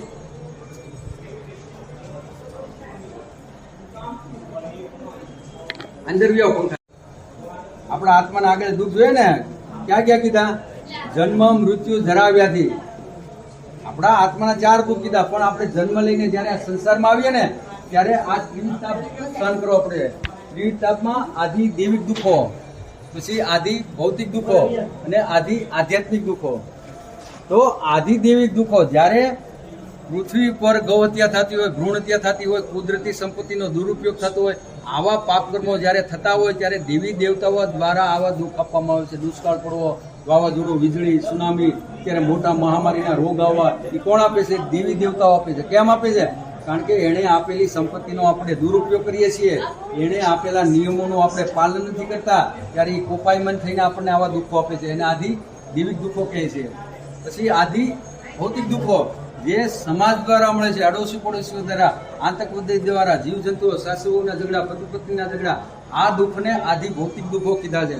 પછી આદિ આધ્યાત્મિક દુઃખો જે મન દ્વારા મળે છે. મન ખોટી જગ્યાએ લાગેલું હોય, મનની ઈચ્છા પૂરી ન થતી હોય, ખોટા વિચારોથી મન દુઃખી થાય. મન કેવી વસ્તુ છે કે મન આપણી પાસે જે વસ્તુ છે ને એને લઈને ભોગવીને સુખી નથી થતું, પણ બીજાનું જોઈને આ મન દુઃખી થાય છે. હવે આપણી પાસે મોબાઈલ હોય, મોબાઈલ પેલા પાસે હોય, વાત તો 2 થી થવાની છે, પણ એ કહે છે કે ભાઈ એની પાસે તો પેલો સફરજન વાળો મોટો મોબાઈલ છે, મારી પાસે તો સાદો મોબાઈલ. મોબાઈલથી વાત તો 2 થી થવાની છે, પણ પોતાની પાસે છે એ વસ્તુને ભોગવીને સુખી નથી થતો, પણ બીજાનું જોઈને મન દુઃખી થાય. તો આ મન કેવું છે? મન એવું મનુષ્યના કારણમ બંધન મોક્ષો. આ મન સંસારમાંથી મનુષ્યને બંધનનું મોક્ષ પણ મન જ છે અને મોક્ષનું કારણ પણ મન જ છે. જો આ મન ભગવાનમાં લાગેલું હોય તો આ સંસારથી આપણને મુક્ત કરે છે, અને આ જ મન જો વિષયોમાં લાગેલું હોય તો આપણને આ સંસારથી બંધન આપે છે. કારણ કે મન બહુ વિચિત્ર મન છે. મન કેવું કીધું છે? બકરા જેવું મન કીધું છે. મન અધોગામી, મનને બકરા જેવું મન કીધું છે. એક કથા આવી સાંભળી, એક બકરાની કથા છે નાની એવી, કે એક રાજા પાસે એક બકરો હોય. મન કેવું છે જાણવાનું. મન કેવું? એક રાજા પાસે એક બકરો હોય. હવે રાજાએ નગરમાં ઢંઢેરો પીટાવ્યો કે આ બકરાને જે કોઈ ધરવીને લાવે એટલે એનું મારું અડધું રાજ્ય એને હું આપી દઉં, પણ એ બકરો ધરાણો છે કે નહીં એની પરીક્ષા હું મારી જાતે કરીશ પછી એમ. તો આ જાહેર સાંભળી એક ભાઈ રાજા પાસે આવ્યો કે રાજાને કહે ભાઈ હું બકરો ધરી લાવું. બકરાને ધરવો એમાં શું વાત? કે નાનું એવું પેટ હોય તો ઘડીકમાં ધરાઈ જાય એમ. એ તો રાજા કે કાંઈ નહીં, લઈ જા. તો એ સવારમાંથી બકરાને લઈ ગયો રાજા પાસેથી અને છૂટો જંગલમાં મૂકી દીધો. આખો દિવસ ચરાવ્યો, બહુ ખવડાયો આખો દિવસ. એટલે સાંજ પડી એટલે એ ભાઈને એમ કે બકરો ધરાઈ ગયો. તો રાજા પાસે લઈને ગયો. રાજાને કે ભાઈ હું બકરો ધરવીને લાવ્યો. રાજા કે કાંઈ નહીં, હું પરીક્ષા કરું. તો જેવું રાજાએ ખડ હાથમાં લીધું, બકરા આમ મૂક્યું એટલે બકરું મીઠું ખાવા. કારણ કે બકરાની આદત હોય છે, બકરું ગમે એટલું ખાય નહીં, ધરાય નહીં. બકરું ને છોકરું ખાધા જ કરે, એ કોઈ દી ન ધરાય, થોડું થોડું ખાધા જ કરતું હોય. તો રાજા કે આ ક્યાં ધરાણો તો ખાય જ નહીં એમ કે. તો આવું મન આવું છે. આપણે કહીએ ને ભાઈ મનની ઈચ્છા પૂરી કરવી જોઈએ. તો મનની એક ઈચ્છા પૂરી કરો ને 2 પ્રગટ થાય, 2 કરો તો 4 થાય, 4 કરો તો 8 થાય. બકરા જેવું મન છે. કેમ બકરો ખાધા જ કરે એમ મનની એક ઈચ્છા પૂરી કરો 2 થાય, 2 કરો તો 4. બકરા જેવું મન કીધું છે. તો રાજા ક્યાં ધરાણો તો થાય જ નહીં. તો એ નપાસ થયો, બીજો આવ્યો, એને ટ્રાય કરી, એ નપાસ થયો, બીજો, ત્રીજો, ચોથો, ઘણાએ પ્રયાસ કર્યો પણ કોઈ સફળ ન થયું. પછી એક ભાઈ એવો, એને જોયું કે આમાં કંઈક યુક્તિથી કામ લેવું જોશે એમ. તો એ રાજા પાસેથી બકરો લઈ ગયો એટલે એને જંગલમાં છૂટો ન મૂક્યો, એને ઘેરે બાંધ્યો. અને આગળ ઘાસ મૂક્યું, ખડ. તો જેવું બકરું ખાવા ગયું એટલે મોઢા પર લાકડી મારી, પાછું ખાવા ગયું એટલે પાછી લાકડી મારી, જેવું ખડ ખાવા જાય એટલે લાકડી મારે, જેવું ખાવા જાય એટલે લાકડી મારે. આખો દિવસ આ ક્રિયા થઈ. જેવું એ ઘાસ ખાવા જાય એટલે લાકડી મારે, ખાવા જાય એટલે લાકડી મારે. એટલે સાંજ પડી એટલે બકરાને મનમાં શું ફસી ગયું કે હું જો આ ખાવા જઈશ ને એટલે મને માર પડશે જ એમ. સાંજ પડી એટલે રાજા પાસે લઈને ગયો બકરાને. રાજાને કે હું બકરો ધરવીને લાવ્યો. રાજા કે કાંઈ નહીં, હું પરીક્ષા કરું. તો જેવું રાજાએ ઘાસ હાથમાં ખડ હાથમાં લીધું એટલે બકરાએ તરત મોઢું ફેરવી ગયો. કારણ કે એને ખબર હું આ ખાવા જાય એટલે મને માર પડશે જ એમ. હવે એક તણખું પણ એને ન ખવડાવ્યું હોય. રાજાએ ઓલા ભાઈએ એક તણખું પણ ન ખવડાવ્યું, છતાં પણ બકરો મોઢું ફેરવી જાય. એમ મનને મનાવવું જોઈએ. આ રીતના મન કેમ ન કરવું જોઈએ? કોઈ કે ભાઈ મન આપણે માનો ભગવાનના દર્શન કરવા નીકળીએ ઘરેથી ને રસ્તામાં ગાડીમાં પીઝા બર્ગર મંચુરિયન, હા મન કે મને આમાં લઈ જા, ખવડાવે મને એમ, તો એને સીધું ન્યા ન લઈ જવું જોઈએ. એને પહેલા કેવું છે ભાઈ પહેલા ભગવાનના દર્શન કરાવવું તને, પછી તને પ્રેમથી ખવડાવી છે એમ. મનને આ રીતના વિવેકથી મનાવવું જોઈએ. મન સાથે બહુ બળજબરી ન કરવી જોઈએ. મનને બળજબરી નહીં કરવાની, એને મનાવવું, મન વિવેકથી મનાવો. તો આમ મન આવું મન છે, મનને મનાવવું જોઈએ. મનને વિવેક રૂપી લાકડીથી મારી મનાવવું જોઈએ. તો મન આવું છે. મન કેવું વસ્તુ બહુ સંસળ છે. જેમ આપણે પાણી ઢોળીએ કેમ ઢાળ હોય એ બાજુ જાય, એમ મન હંમેશા પાપ બાજુ જતું હોય છે. એને નવરા બેઠો નખો જ વાળે. મનને જો છૂટું મૂક્યું ને એ હંમેશા પાપ બાજુ જતું હોય, કોઈ દિવસ સારા વિચાર ન કરે. હવે આપણે શરીરના રોગ જોવા હોય ને તો આપણે સીટી સ્કેનમાં જઈએ તો આપણા શરીરના બધા રોગ જાણી શકીએ. પણ હજી સુધી એવું મશીન નથી બન્યું કે મનના રોગ મન જોઈ શકીએ. જો એવું મશીન બન્યું હોત ને મન જોવાનું તો આપણે જોઈ શકીએ તો કેટલું ખરાબ મન છે, બહુ ખરાબ મન છે આ મન. તો આ મનને ભગવાન તરફ કઈ રીતના લગાડવું જોઈએ? તો જેમ આપણે પાણીને ઉપર ચડાવવું તો શું કરીએ? પાણીને ઉપર ચડાવવું તો આપણે મોટર સાથે જોડીએ ને, યંત્ર સાથે. એમ પાણીને યંત્રનો અને મનને મંત્રનો સહારો આપી ભગવાનમાં લગાડવું જોઈએ. પછી આ ત્રિવિધ તાપ સહન કરવા માટે જીવાત્માએ પોતાના કરેલા કર્મો જવાબદાર છે. આ હાલ જે કઈ આપણે ભોગવીએ ને, આપણે ગયા જન્મનું ભોગવીએ છીએ ને આ મનુષ્ય અવતાર મળ્યા પછી જે કઈ કર્મો કરીશું ને આપણે આગલા જન્મમાં ભોગવીશું. આપણે અત્યારે ભોગવીએ ને આપણે ગયા જન્મનું ભોગવીએ છીએ ને આ મનુષ્ય અવતાર મળ્યા પછી જેવા કર્મો કરીશું ને આપણે આગલા જન્મમાં ભોગવીશું. કારણ કે આ શરીરથી આપણે આગલા શરીરનું ઘડતર કરીએ છીએ. આપણું આગલું શરીર કેવું મળવાનું ને આ શરીરથી આપણે નક્કી કરીએ છીએ આપણા કર્મો દ્વારા. આપણે જોઈએ છે કોઈ કે ભાઈ મહેનત કરીએ પૈસાવાળા બનીએ, પણ એક મજૂર 12 કલાક સખત તાપ મારીને મહેનત કરતો હોય તો સાંજે કેટલા મળે? 500 કે 700 રૂપિયા મળે. પણ ખાલી એક ઓફિસમાં એસીમાં બેઠા બેઠા એક ફોનથી 5-7 લાખ રૂપિયા કમાઈ જાય છે. કેમ બને? જેના કર્મથી મળે. કર્મના સિદ્ધાંતો આપ્યા છે, કેટલા પ્રકારના કર્મ છે, કયું કર્મ કરવું જોઈએ. આ માટે શ્રીમદ ભાગવત ગીતા લઈ એનું વાંચન કરી એમાં કર્મના સિદ્ધાંતને જાણી તે પ્રમાણેના કર્મ કરવા જોઈએ. પછી વ્યાધિ બીમારી ગળપણ આવે, આપણે બીમાર પડીએ છીએ. હવે નોકરીએ જતા હોઈએ, પગાર બહુ સારો હોય, પણ આપણે બીમાર પડીએ તો શું કરીએ? થોડોક સમય નોકરીને સાઈડમાં લાગીને સાજા થવાની ચિંતામાં લાગીએ. પછી જીવનમાં બહુ પૈસા કમાઈએ કે આ પૈસાથી હું આ વસ્તુ ખાઈશ, આ વસ્તુ ખરીદીશ, બહુ જોઈએ સપના. પણ આપણે બહુ પૈસા તો બહુ હોય આપણી પાસે, પણ આપણે જો ડાયાબિટીસની બીમારી પડી ગઈ હોય તો આપણે સ્વીટ વસ્તુ ખાઈ ન શકીએ. હાર્ટ એટેકની બીમારી હોય તો ઘીવાળી વસ્તુ ન ખાઈ શકીએ. તો આ બધી બીમારી આપણને મીણની જેમ ઓગળી નાખે. પછી જે જરા વૃદ્ધાવસ્થા ગળપણ આવી જાય, કોઈ વ્યક્તિ ગળડો થવા ઈચ્છતો નથી. આમાં કોઈની ઈચ્છા થાય જલ્દી હું વૃદ્ધ થઈ જાવ, ગડો થઈ જાવ, ઈચ્છા કોઈ કરે, છતાં પણ વૃદ્ધાવસ્થા આવે છે ને. શા માટે? કારણ કે અમારા ગુરુ મહારાજ કહે કે જ્યાં સુધી આ જીવ યુવાન અવસ્થામાં હશે ત્યાં સુધી એનું મન ભગવાન તરફ નહીં લાગે. જ્યારે એ વૃદ્ધ થશે ને ત્યારે એનું મન ભગવાનમાં લાગશે. આપણે જોઈએ ને પ્રહલાદ મહારાજની કથામાં આવે ને કે આવો મિત્રો આપણે ભગવાનનું ભજન કરીએ, ત્યારે એના મિત્રો શું કહે છે? ભાઈ અત્યારે તો આપણે રમત ગમત કરવાનો સમય છે, આપણે ભજન તો વૃદ્ધ થશું ત્યારે કરીશું એમ. તો જ્યાં સુધી આ જીવ યુવાન અવસ્થામાં છે ને ત્યાં સુધી એનું મન ભગવાનમાં નહીં લાગે. આ માટે ભગવાન મૃત્યુ પહેલા વૃદ્ધાવસ્થા આપે છે. તો ગળપણ આવી જાય, મૃત્યુનું વોરંટ મોકલે ભગવાન. વાળ સફેદ થવા મળે, આંખે અંધારો આવે, દાંત પડવા મળે, સાંભળવાનું બંધ થઈ જાય, શરીર કમજોર થઈ જાય, આ બધી વસ્તુ થાય. તો આપણે વાળ સફેદ થઈ જાય શું કરીએ? વાળ કાળા કરી નાખીએ, આંખે અંધારો આવે, લેન્સ ફિટ કરી દઈએ, દાંત પડી જાય, ચોકટું ફિટ કરી દઈએ, સાંભળવાનું બંધ થઈ જાય, મશીન લગાડી દઈએ. તો આ બધી વસ્તુ કેમ બને? હવે માનો કે આપણે દાંત વૃદ્ધાવસ્થામાં દાંત શા માટે પાડી નાખે? આમ રાખી કેમ નથી મૂકતા? રાખી જવા જોઈએ ને છેલ્લે સુધી દાંત, પણ ભગવાન શા માટે પાડી નાખે ખબર? કે જ્યાં સુધી આપણે યુવાન હશું ને ત્યાં સુધી આપણી પાચન ક્રિયા મજબૂત હોય. કોઈ પણ વસ્તુ આપણે ખાધું હોય ને તો આપણી પચન ક્રિયાની લીધે જરી જાય જલ્દી. પછી આપણી અમુક ઉંમર થઈ ગઈ હોય ને પછી આપણી પાચન ક્રિયા મંદ પડી જાય.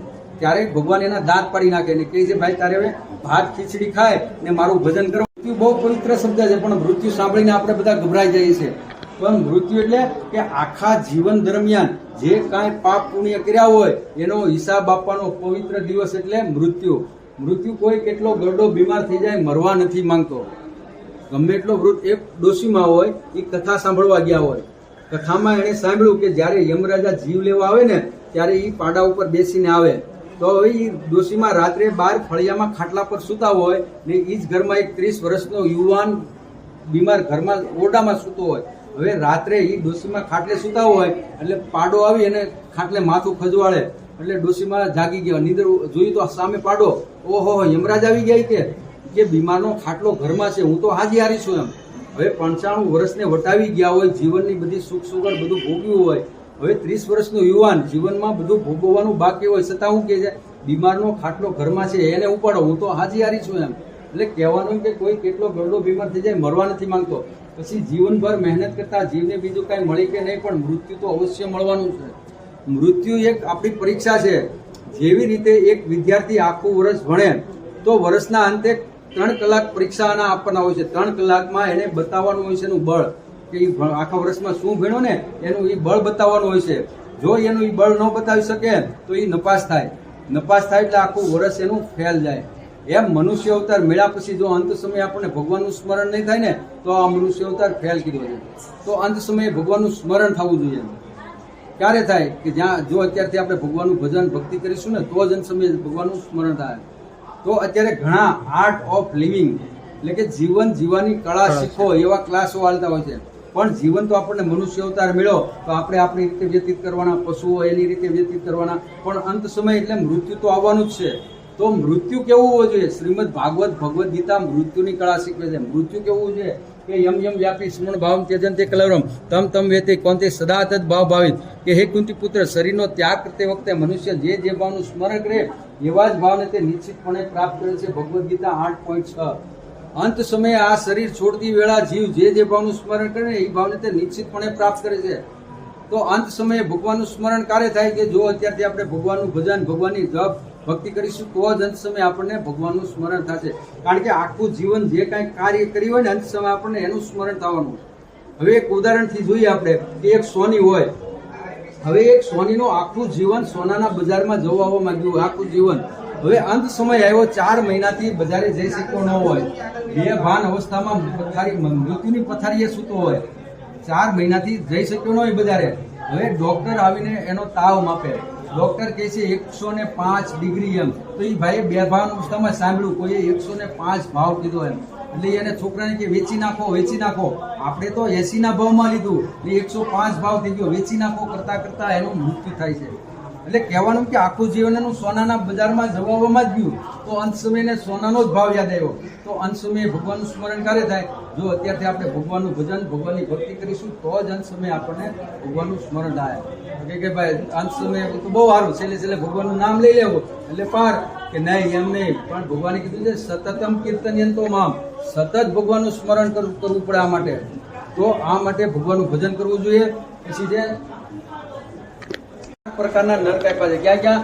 અયપા નરક, કૃમિ ભોજનમ નરક, તપ્તસુમી નરક ને કુંભી પાર્ક નરક. આપણે જાણ્યું ભાઈ એક નરક છે પણ નહીં, હજારો નરક છે. જેવા પાપ કરીએ એ પ્રકારનું નરક મળે. તો શ્રીમદ ભાગવતમમાં 28 પ્રકારના નરકનું વર્ણન આપ્યું છે. એમાં 4 નરક ઉદાહરણ તરીકે અહીં લીધા છે. બહુ મોટા નરક છે ને અહીંયા 4 પાપ લીધા છે. વ્યસન કરવું, જુગાર રમવો, વ્યભિચાર કરવો અને માંસાહાર કરવો. આ નરકના પ્રવેશ દ્વાર છે આ 4 જગ્યાએ. ને આ 4 જગ્યાથી આપણે મનુષ્યમાં પાપનો પ્રવેશ થાય છે. આ 4 જગ્યાથી વ્યસન કરવું, જુગાર રમવો, વ્યભિચાર કરવો અને માંસાહાર કરવો બહુ મોટા પાપ કીધા છે. પણ આ પાપને આપણે નોર્મલ સામાન્ય પાપ ગણીને કરીએ છીએ.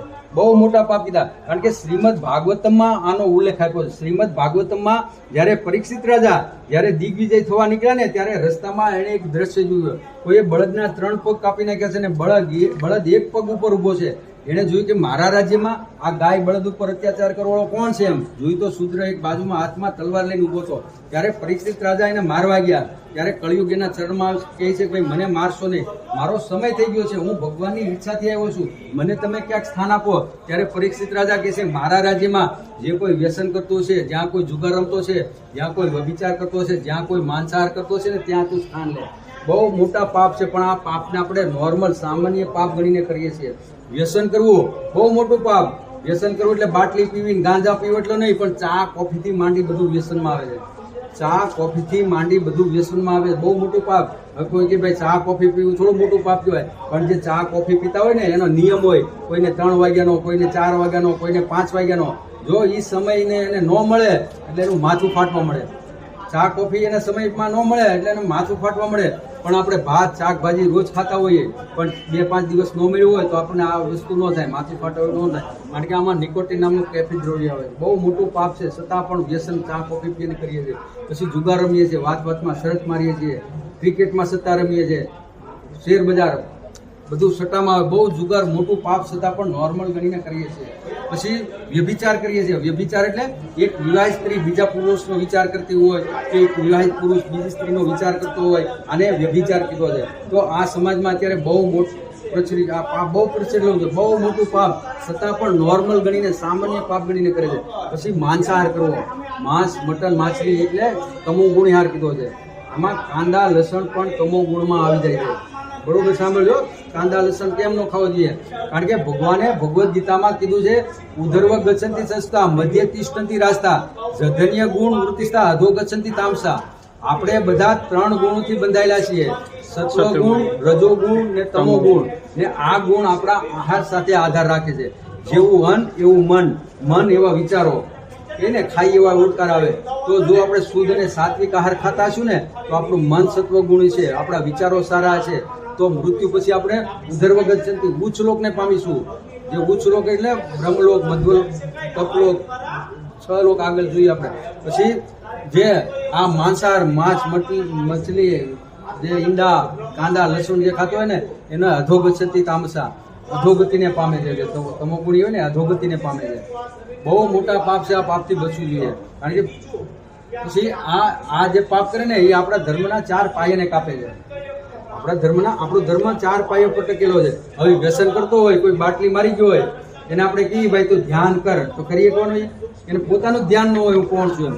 તો એ ધર્મના ધ્યાન નામનો પાયો કાપે છે. પછી જે જુગાર રમતો હોય ને એ કોઈ દી સત્ય ન બોલે, જુગારી હોય ને કોઈ દી હાચું ન બોલે. એ લાખ રૂપિયા હારીને આવ્યો ને આપણે પૂછીએ કેમ ભાઈ રમો છો કે બંધ કર્યું? કે ના આપણે તો 5 વર્ષ બંધ કરી દીધું, આપણે ક્યાં રમીએ છીએ? એ સત્ય ન બોલતો હોય તો ધર્મના સત્ય નામનો પાયો કાપે. પછી જે વ્યભિચાર કરતો હોય ને એ કોઈ દી પવિત્ર ન હોય, આવા ગંદા વિચારો કરતો હોય ને એનું મન પવિત્ર ન હોય, એ ધર્મના પવિત્ર નામનો પાયો કાપે છે. ને માંસાહાર કરતો હોય ને કોઈ કુકડાના બકરાના ડોકા મોડતો હોય, એનામાં દયા ન હોય, તો એ ધર્મના દયા નામનો પાયો કાપે છે. બહુ મોટા પાપ છે, આ પાપથી બચવું જોઈએ. પછી આપણે આગળ જોઈએ એમ આહાર નિંદ્રા. આપણા 9 લાખ પ્રકારના જીવો ક્યાં છે? પાણીમાં. 9 લાખ પ્રકારના જળચર જીવો, પછી 20 લાખ પ્રકારના યોનિઓ વૃક્ષમાં, પછી 11 લાખ પ્રકારના કીડા મકોડા, 10 લાખ પ્રકારના પક્ષીઓ, પછી 30 લાખ પ્રકારના પશુઓ, 30 લાખ પ્રકારના પશુઓ અને 4 લાખ પ્રકારના મનુષ્ય. આપણી મનુષ્ય જાતિ કેટલી છે? 4 લાખ પ્રકારની. તો થાય ને કહો 4 લાખ પ્રકારની શું? એમ આખા બ્રહ્માંડના મનુષ્યની ગણતરી થાય. આમાં દેવી દેવતાઓ, ગંધર્વો, કિન્નરો બધું આવી જાય. હવે આપણું બ્રહ્માંડ 14 લોકનું બ્રહ્માંડ છે. કેટલા? 14. પૃથ્વીથી ઉપર છે ભૂલોક, ભવલોક, બ્રહ્મલોક, તપલોક, એમ 6 ઉપર છે. નીચે અતલ, સુતલ, તલાતલ, રસાતલ, મહાતલ ને પાતાલ, એમ 14 લોકનું બ્રહ્માંડ છે આપણું. હવે 14 લોકમાંથી આપણે ખાલી પૃથ્વી લોક ઉપર જોઈએ આપણે તો આપણે ભારતના મનુષ્ય અલગ પડીએ, ચીનના અલગ પડીએ, વેસ્ટ ઇન્ડિઝના અલગ પડીએ ને. એમ 4 લાખ પ્રકારના મનુષ્ય જાતિ છે આપણે. તો આ બધા ટોટલ મારીએ એટલે કેટલી? 84 લાખ યોનિઓ થાય. તો આ 84 લાખ યોનીમાં ફરતા ફરતા આ જીવ ઉપર ભગવાનની ખાસ કૃપા થઈ ને આપણને ભગવાને મનુષ્ય માનવ દેહ આપ્યો. ભગવાને જોયું કે હું આને મનુષ્ય બનાવું, મારું ભજન કરશે અને મારા ધામમાં આવશે, પણ આપણે પાછું ભગવાનનું ભજન ભૂલીએ છીએ ને મૃત્યુ પછી આપણને આ 84 લાખ યોનીમાં નાખી દે છે. 84 લાખ યોનીમાં ફરતા ફરતા મનુષ્ય અવતાર આવતા કેટલા 2.5 કરોડ વર્ષ લાગશે. કીધું ને મેળો મોંઘો મનુષ્ય અવતાર માંડ કરીને બહુ દુર્લભ મનુષ્ય અવતાર છે. 84 લાખ યોનીમાં ફરતા ફરતા મનુષ્ય અવતાર આવતા કરવા કેટલા 2.5 કરોડ વર્ષ લાગ્યા. તો આજના મનુષ્યને 5 મિનિટનો સમય નથી. બહાર કોઈને આપણે પૂછીને આવો પ્રભુ આધ્યાત્મિક જ્ઞાન થોડુંક પ્રદર્શન મળશે, થોડુંક જાણો તમે, એને ઈચ્છા નથી થતી ભાઈ હું કોણ છું, મને મનુષ્ય ભગવાને શા માટે મનુષ્ય બનાવ્યો, એને એવી ઈચ્છા જાણવાની નથી. પણ જ્યારે એને આ 84 લાખ યોનીમાં 2.5 કરોડ વર્ષ રાખવામાં આવશે ત્યારે એની હાલત શું થશે? એમ આપણે જોયું ને, આપણે શરીર નથી, કોણ છીએ? આપણે આત્મા છીએ ને આપણા આત્માના 4 દુઃખ ક્યાં કીધા છે? મોટા જન્મ મૃત્યુ જરા વ્યાધિ. હવે જો એની ઈચ્છા ન થતી હોય બહાર જાણવાની, પણ જયારે એને 84 લાખ યોનીમાં નાખી દેશે 2.5 કરોડ ત્યારે એની શું હાલત? પછી જયારે એ આ પરદેશમાં આવશે એ જાણશે કે ભાઈ હું શરીર નથી, હું આત્મા છું ને મને ભગવાને શા માટે બનાવ્યો એનું જાણશે. એની જિજ્ઞાસા થશે કે ભાઈ મારે શું કરવું, મારા જીવ આ દુઃખના કારણ હાચા દુઃખના કારણ આ નથી, પણ મારા દુઃખના હાચા કારણ શું છે? જન્મ મૃત્યુ જરા વ્યાધિ, મારે આમાંથી નીકળવું છે, એવી એને જિજ્ઞાસા થશે. ત્યારે શું કરવું જોઈએ એને થઈ? તો કહે છે ભગવાનનું ભજન કરવું જોઈએ. ત્યારે બહુ મોટો પ્રશ્ન છે, ભગવાન કોણ છે? બહુ મોટો પ્રશ્ન છે. આપણે બધાને અત્યારે ભગવાન માનીએ છીએ, પેલા ભગવાન બધાને આપણે ભગવાન માનીએ છીએ, પણ ભગવાન એક જ છે કૃષ્ણ. બીજા બધા દેવી દેવતાઓ છે એની સેવામાં લાગેલા છે. ભગવાન જો બીજા કોઈ હોત તો સુખદેવ ગોસ્વામીએ પરીક્ષિત રાજાને એની કથા કીધી હોત.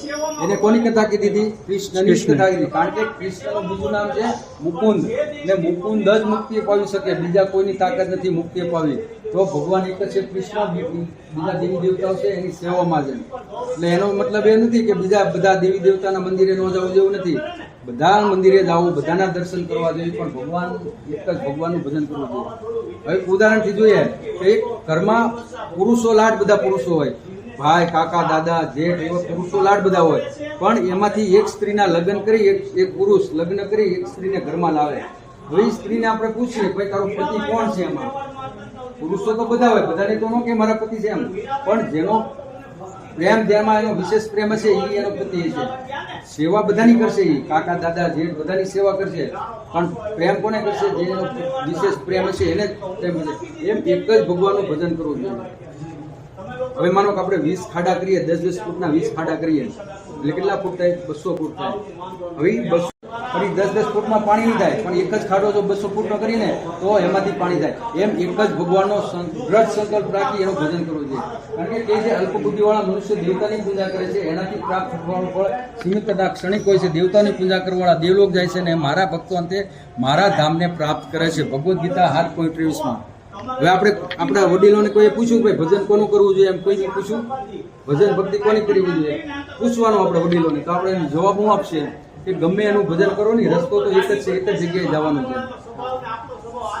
સાચી વાત છે? એક જ જગ્યાએ જાઓ. ભગવાને ભગવદ્ ગીતામાં કીધું છે યાંત્રી દેવતા દેવાન પિતૃ યંતિ પિતૃતા ભૂતાની યંતિ ભૂતિતા. જે ભૂતોની ઉપાસના કરશે એ ભૂતલોકને પામે, દેવોની ઉપાસના કરશે એ દેવલોકને પામશે, પિતૃની ઉપાસના કરવાના પિતૃલોકને. અને ભગવાને કીધું ને યમ યમ વ્યાપી શું ભારત જતી ક્લેવરમ. કારણ કે આખું જીવન જો એ ભૂતોની ઉપાસના કરે તો અંત સમય એને ભૂતોની જ યાદ આવવાનું, એ ભૂતલોકમાં જવાનું છે. આખું જીવન જો એ પિતૃની ઉપાસના કરશે તો અંત સમય એને પિતૃ જ યાદ આવવાના, તો એ પિતૃલોકને પામવાના છે. પણ ભગવાન કહે છે મારા ભક્તો અંતે મારા ધામને પ્રાપ્ત કરે છે. ભગવાન કહે છે મારું એ ધામ છે કે જ્યાં એકવાર આ જીવ આવી જાય ને પછી જીવને 84 લાખ યોનીમાં ફરવું નથી પડતું. તો આ જીવ જ્યાં સુધી ભગવાનના ધામમાં નહીં જાય ત્યાં સુધી આ જીવને શાંતિ મળવાની નથી. સ્વર્ગમાં જશું ત્યાં પણ જન્મ મૃત્યુ છે. કારણ કે શૂન્ય પુણે મૃત્યુ લોકમ વિચંતી. જ્યાં સુધી આપણા સ્વર્ગમાં ક્યાં સુધી આપણને રાખવામાં આવે છે કે જ્યાં સુધી આપણા પુણ્ય છે ને ત્યાં સુધી સ્વર્ગમાં રહેવા દેવામાં આવે છે. જેવા આપણે પુણ્ય પૂરા થાય એટલે આપણને ધક્કો મારે. હવે ધક્કો આપણે ઊભા હોય ધક્કો મારે તો શું થાય? આમ ઊભા હોય ધક્કો મારે શું થાય? માથું નીચે પગ ઉપર. આપણે આગલી સ્લાઇડમાં જોયું ને, માથું નીચે પગ ઉપર ક્યાં હતું? માતાના ગર્ભમાં. તો જન્મ મૃત્યુ સ્વર્ગમાં પણ છે, પણ ભગવાનનું ધામ એ છે કે જ્યાં એકવાર આ જીવ આવે છે ને પછી એને 84 લાખ યુગમાં ફરવું નથી પડતું. તો ભગવાન કોણ છે, કોણ બતાવે? યોગ્ય ગુરુ. ભગવાન કોણ છે, કોણ બતાવે? યોગ્ય ગુરુ. તો ગુરુ કોણ છે? તો ભગવાને 4 સંપ્રદાયની સ્થાપના કરી. અત્યારે સંપ્રદાયો પુષ્કળ છે. સંપ્રદાય એટલે જ્ઞાન ઉતારવા માટેનું સ્થાન. તો ભગવાને 4 જગ્યાએ જ્ઞાન આપ્યું. ભગવાને જ્ઞાન આપ્યું બ્રહ્માજીને, ભગવાને જ્ઞાન આપ્યું લક્ષ્મીજીને, ભગવાને જ્ઞાન આપ્યું શિવજીને, ભગવાને જ્ઞાન આપ્યું સનત કુમારોને. તો ભગવાનથી બ્રહ્માજી એમાં મધ્વાચાર્ય થયા. ભગવાને જ્ઞાન આપ્યું લક્ષ્મીજીને, એમાં રામાનુજાચાર્ય થયા. ભગવાને જ્ઞાન આપ્યું રુદ્ર શિવજીને, એમાં વિષ્ણુ સ્વામી થયા. ભગવાને જ્ઞાન આપ્યું સનત કુમારોને, એમાં નિંબાર્કાચાર્ય થયા. તો ભગવાનથી બ્રહ્માજી, ત્યાંથી મધ્વાચાર્ય, ત્યાંથી ચેતના મહાપ્રભુ ને શીલ પ્રભુપાદજી પાસે આ ગુરુ શિષ્ય પરંપરામાં આ જ્ઞાન ભગવાનથી માંડીને પ્રભુપાદજી પાસે આવ્યું છે. જેવી રીતે આપણી લીધેલી મિલકત ન હોય, આપણે ન લીધી હોય, આપણા દાદાના દાદાએ લીધી હોય, પણ જેમ વારસામાં આપણને મળે એમ આ જ્ઞાન ભગવાનથી એજેથી પ્રભુપાદજી પાસે જ્ઞાન આવ્યું છે ગુરુ શિષ્ય પરંપરામાં. તો સાચા ગુરુની ઓળખાણ શું છે? સાચા ગુરુની ઓળખાણ 4 સંપ્રદાયમાંથી એક સંપ્રદાયના ગુરુ હોવા જોઈએ. ગુરુ બહુ વિશેષ વ્યક્તિ છે. ગુરુને કોઈથી સામાન્ય વ્યક્તિ ન સમજવા જોઈએ. કારણ કે ગુરુ એટલે આ 84 લાખ યોનિમાંથી નીકળવા માટે આપણે ગુરુની જરૂર પડે છે. પણ ગુરુ ધારવામાં આપણે કોઈ પસંદગી નથી કરતા. આપણે ગમે તેને ગુરુ ધાર લઈએ છીએ. કોઈ કે આ સંપ્રદાયમાં ગયો તો એ ભાઈ પૈસાવાળો થયો, આપણે એને ગુરુ ધાર લઈએ છીએ. કોઈ કે આ સંપ્રદાયમાં હારું જમાડે છે, આપણે એને ગુરુ ધાર લઈએ છીએ. પણ ગુરુ ધારવામાં આપણે કોઈ પસંદગી નથી, ગમે તેને ગુરુ ધાર લઈએ. હવે સામાન્ય આપણે કપડાં લેવા જઈએ તો આપણે પસંદગીના કપડાં લઈએ. શાકભાજી માતાજી લેવા જાય તો પસંદગીની શાકભાજી લે. પણ જે જન્મ મૃત્યુ જરા વ્યાધિમાંથી છૂટવા માટે આપણે ગુરુની જરૂર પડે, એ ગુરુ ધારવા માટે આપણને કોઈ પસંદગી નથી, ગમે તેને ગુરુ ધાર લઈએ છીએ. તો શાસ્ત્ર કહે છે 4 સંપ્રદાયમાંથી એક સંપ્રદાયના ગુરુ હોવા જોઈએ. પછી ગુરુ ભગવાનના ભક્ત હોવા જોઈએ.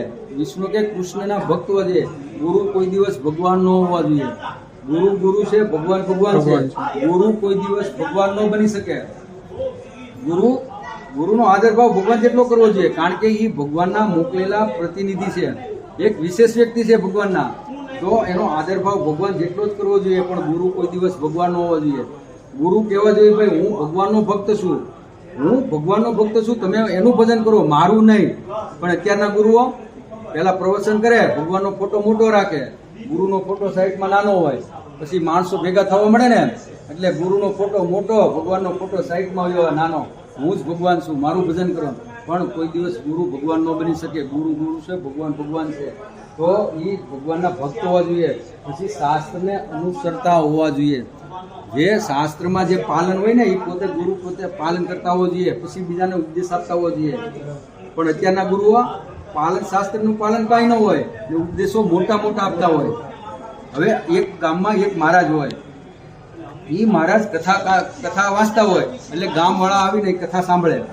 હવે ગામવાળા કથા સાંભળે તો ગામવાળાએ જોયું કે આ મહારાજ કથા બહુ સારી વાંચે, પણ એના ઘરવાળા કેમ આવતા નથી સાંભળવા, એના ઘરના કેમ સાંભળવા નથી આવતા. તો ગામના બે મોટા માણસો ગયા એના ઘરે ને એ ઘરના એના માતાજીને કે માતાજી આ મહારાજ કેટલી સુંદર કથા વાંચે છે, ગામવાળા કેટલા આનંદથી સાંભળે, તમે કેમ સાંભળવા નથી આવતા? તો એ માતાજી શું કે મારે મહારાજ કથા કરવા જાય તો એની માટે રસોઈ બનાવવાની હોય, એ કથા કરીને આવે એટલે મારે એને જમાડવાનો હોય, એટલે મારી પાસે સમય નથી મળતો એટલે હું નથી આવી શકતી.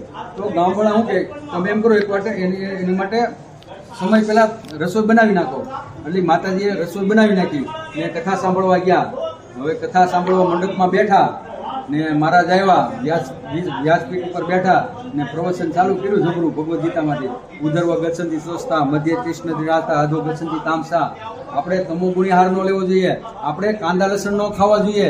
પ્રવચન જબરું ચાલુ કર્યું. પછી જ્યારે એના ઘરવાળા સાંભળવા આવ્યા હતા ને એ ઊભા થઈ ઘરે ગયા. ઘરે જઈને જે રસોઈ બનાવી હતી ને બધી ફેંકી દીધી ને બીજી નવી રસોઈ બનાવી.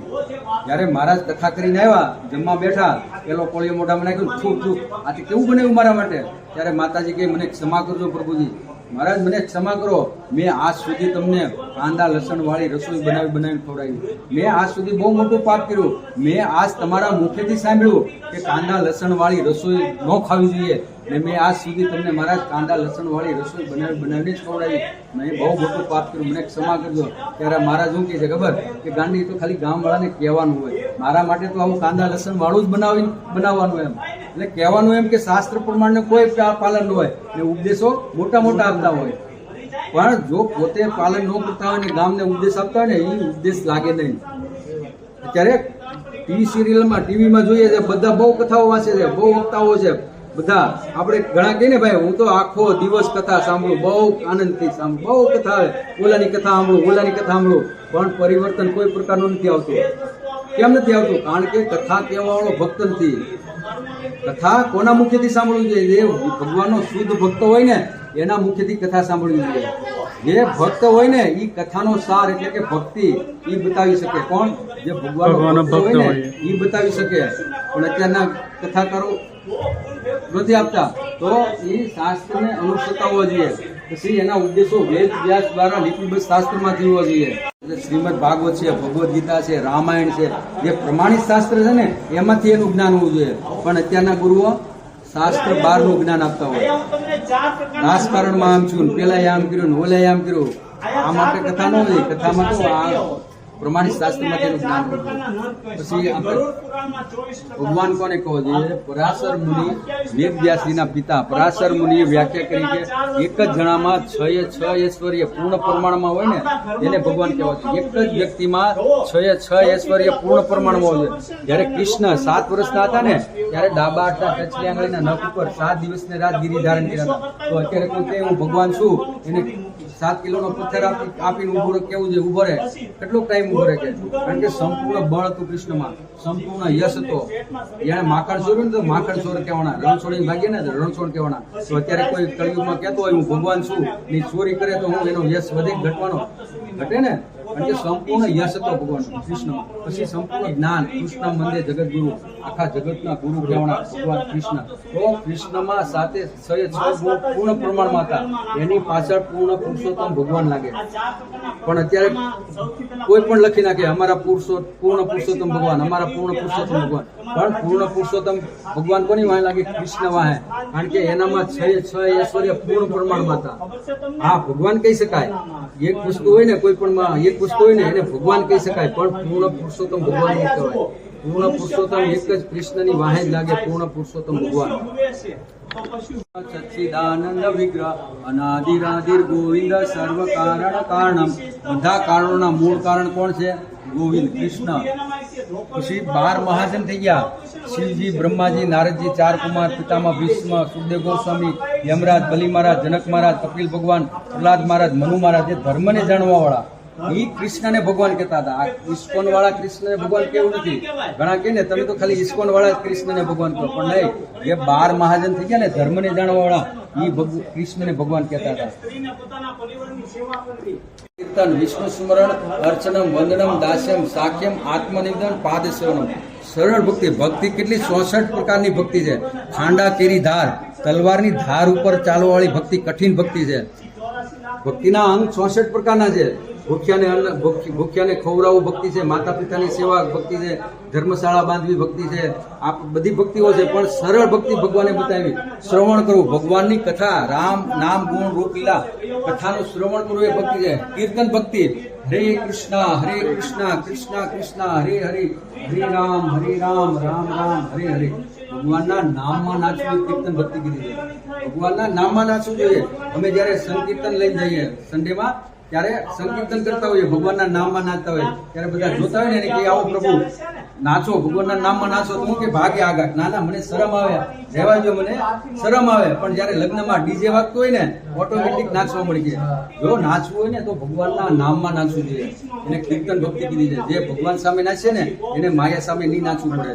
તો પછી જે વિષ્ણુ સ્મરણ ભક્તિ, ભગવાનનું સ્મરણ કરવું એક ભક્તિ છે. હવે આપણે દર્શન કરીને ઘરે જઈએ તો ઘરે પૂછે ભાઈ ભગવાન કેવા વાઘ આપેલા હતા, ભગવાને કેવા કલરના વાઘ આપેલા હતા. આપણે હું જવાબ નથી આપતા. કારણ કે આપણે ભગવાનના દર્શન કેમ કરીએ છીએ? આંખ બંધ કરીને કરીએ છીએ.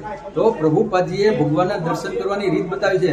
આંખ ફાડી ફાડીને ભગવાનના ચરણ કમળથી મુખ કમળ સુધી ભગવાને કેટલા સુંદર વાઘા પહેર્યા, કેટલા સુંદર અલંકાર પહેર્યા, ભગવાન કેટલા સુંદર દેખાય છે. ભગવાનના લાંબો સમય આંખ ફાડીને એના દર્શન કરવા જોઈએ. આમ સીધા દર્શન કરીને ભાગી ન જવું જોઈએ. લાંબા સમય સુધી ભગવાનના દર્શન કરવા જોઈએ અને સ્મરણ ભક્તિ કરી. તો આ કોઈ પણ એક પછી જ્યારે મંદિરેથી બહાર જઈએ ને ત્યારે મંદિરના પગથિયે 5 મિનિટ આંખ ઊંચીને બેસવું જોઈએ. ત્યારે ભગવાનનું સ્મરણ કરવું જોઈએ. વાહ, કેટલા સુંદર ભગવાને વાઘા પહેર્યા હતા, કેટલા સુંદર અલંકાર પહેર્યા. આમ એને સ્મરણ ભક્તિ કહેવાય. તો આ કોઈ પણ એક ભક્તિ કરી જીવનને ધન્ય બનાવવું જોઈએ.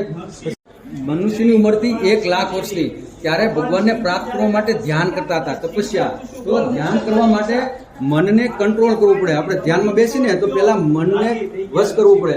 તો અર્જુનજી ભગવાન હારે રહેવાવાળા હતા. એ કહે છે હું વાયુને વશમાં કરી શકું પણ મન મારા વશમાં નથી. તો અત્યારે ઘણા ધ્યાન યોગ શિબિર હાલે, એમાં જઈને ધ્યાનમાં બેસી તો મન આપણું લાગે એમાં. કારણ કે કળિયુગનું મન છે, ક્યાંય ભાગી જવાનું છે. તો ધ્યાન કરવું, તપસ્યા કરવી આ કળિયુગમાં સંભવ નથી. પછી આવ્યો ત્રેતાયુગ. એમાં મનુષ્યની ઉંમર કેટલી થઈ? 10,000 વર્ષની. ત્યારે ભગવાનને પ્રાપ્ત કરવા માટે યજ્ઞ કરતા હતા. યજ્ઞ એટલે 1,000 વર્ષ સુધી ચાલે એવા યજ્ઞ થતા હતા. એમાં ધનની ખૂબ આવશ્યકતા હોય. પછી એમાં હોમની વસ્તુ શુદ્ધતા હતી. તો અત્યારે કળિયુગમાં એટલી આપણી પાસે ધન નથી, તો વસ્તુ શુદ્ધતા નથી. આપણે બ્રાહ્મણો લાવીએ કથા કરવા, મોઢામાં તમાકુની ગોળી હોય અને કથા વાંચતા હોય. પછી હવન કરવા બ્રાહ્મણો લાવીએ, મોઢામાં માવો હોય, કાહા કરતા હોય, મોઢામાં માવો હોય. તો અત્યારે બ્રાહ્મણો શુદ્ધ નથી. તો કળિયુગમાં યજ્ઞ કરવો સંભવ નથી. પછી આવ્યો દ્વાપર યુગ. દ્વાપર યુગમાં અર્ચા વિગ્રહ પૂજા થતી હતી. અર્ચા વિગ્રહ પૂજા એટલે સમયસર ભગવાનની આરતી કરવી, એને શયન કરાવવા, એને ભગવાનનો ભોગ બનાવવો, ભગવાનને ભોગ બોલગાડવો. તો આ સમયમાં અત્યારે એટલો સમય લાગી જતો બહુ. તો આપણી પાસે એટલો બધો સમય નથી કળિયુગમાં. તો આપણે અત્યારે તો હું ભગવાનને ગોળ અગરબત્તી ફેરવીને કામે લાગીએ છીએ. તો કળિયુગમાં અર્ચા વિગ્રહ પૂજા સંભવ નથી. પછી આવ્યો કળિયુગ. કળિયુગમાં મનુષ્યની ઉંમર ઘટી 100 વર્ષની થઈ. હવે 100 વર્ષમાં માંડ કેટલી? 60-70 વર્ષ માંડ. કારણ કે આપણે કોઈ શાસ્ત્રનું નિયમનું પાલન નથી કરતા. સુવા ઉઠવાનું કોઈ નથી, ખાવા પીવાનો કોઈ નિયમ નથી. રાત્રે મોડે સુધી જાગીએ છીએ, સવારમાં મોડે સુધી સુતા રહીએ છીએ. ખાવામાં પીઝા, બર્ગર, મેંદો, મંચુરિયમ, જે આથાવાળી વસ્તુ, મેંદાવાળી વસ્તુ ખાઈએ છીએ. કારણ કે આ બધી વસ્તુ આપણું આયુષ્ય ક્ષીણ કરે છે. મેંદો 13 દિવસે પચન થાય છે. આજ આપણે પીઝા, બર્ગર, મંચુરિયમ ખાધું હોય ને તો એ 13 દિવસે પચન થાય. પણ હવે સામો રવિવાર કેટલા દિવસ પછી આવે? 7 દિવસ પછી જ આવે. હજી આજ ખાધેલું પીઝા, બર્ગર પચ્યું ન હોય ત્યાં સામા રવિવારે પાછું એમાં નાખીએ. એટલે આપણા આંતરડા પચાવી ન શકે, આપણા આંતરડા નબળા પડે ને આપણું આયુષ્ય ઓછું થાય. કારણ કે અત્યારે રોગો આવ્યા. ફાસ્ટ ફૂડ અત્યારે કહેવાય ને, શું કે ફાસ્ટ ફૂડ કહે ને, જેમ ફાસ્ટ ફૂડ આવ્યો ને એમ રોગો પણ ફાસ્ટ લીધા છે. પહેલા 30 વર્ષ પહેલા નજર નાખીએ ને તો માંડ કોકને, ભાગ્ય કોકને કેન્સર થતું હતું ને કોઈને એટેક આપણે થતું, ભાઈને એટેક આવી ગયો. અત્યારે તો 20, 25, 30 વર્ષના યુવાનને એટેક આવે ઘડીકમાં. ને કેન્સરો, જ્યાં જોઈને કેન્સરોના રોગ કેમ આવે છે? ફાસ્ટ ફૂડને લીધે આવે છે.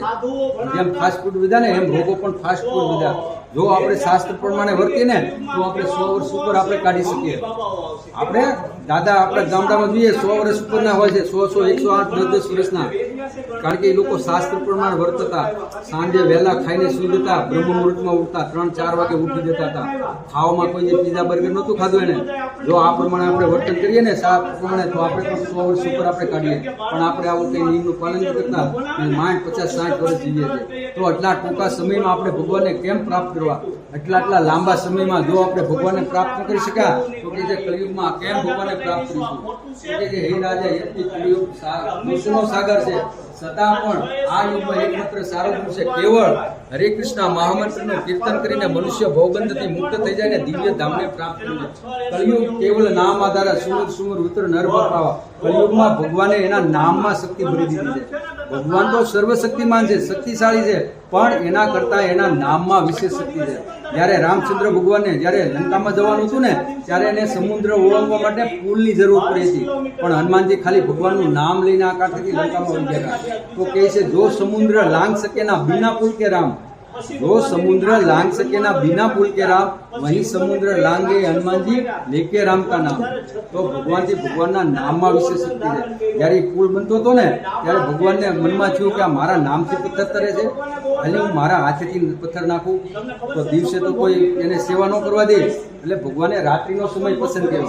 તો ભગવાન તો રાત્રે ઉઠ્યા, ગયા સમુદ્ર કિનારે, તો એક પથ્થર પીડ્યો હતો, લઈને ઉચકો નાખ્યો, ડૂબી ગયો. ડૂબી ગયો. અને બીજો પથ્થર પડ્યો, ઈ લીધો, ઈ નાખ્યો, ઈ ડૂબી ગયો. એ ખોટા પથ્થર. ત્રીજો હતો, ઈ નાખ્યો, ઈ ડૂબી ગયો. મનમાં એને અસરથી મારા નામથી પથ્થર તરે ને હું મારા હાથે ના કોઈ ડૂબી કેમ જાય છે? તો અસરજભાઈમાં એમાં તો પાછળ વળી જોયું તો હનુમાનજી તરફ ધ્યાન ગયું. એટલે ભગવાનને વાત કરી હનુમાનજીને કે આમ કેમ બને?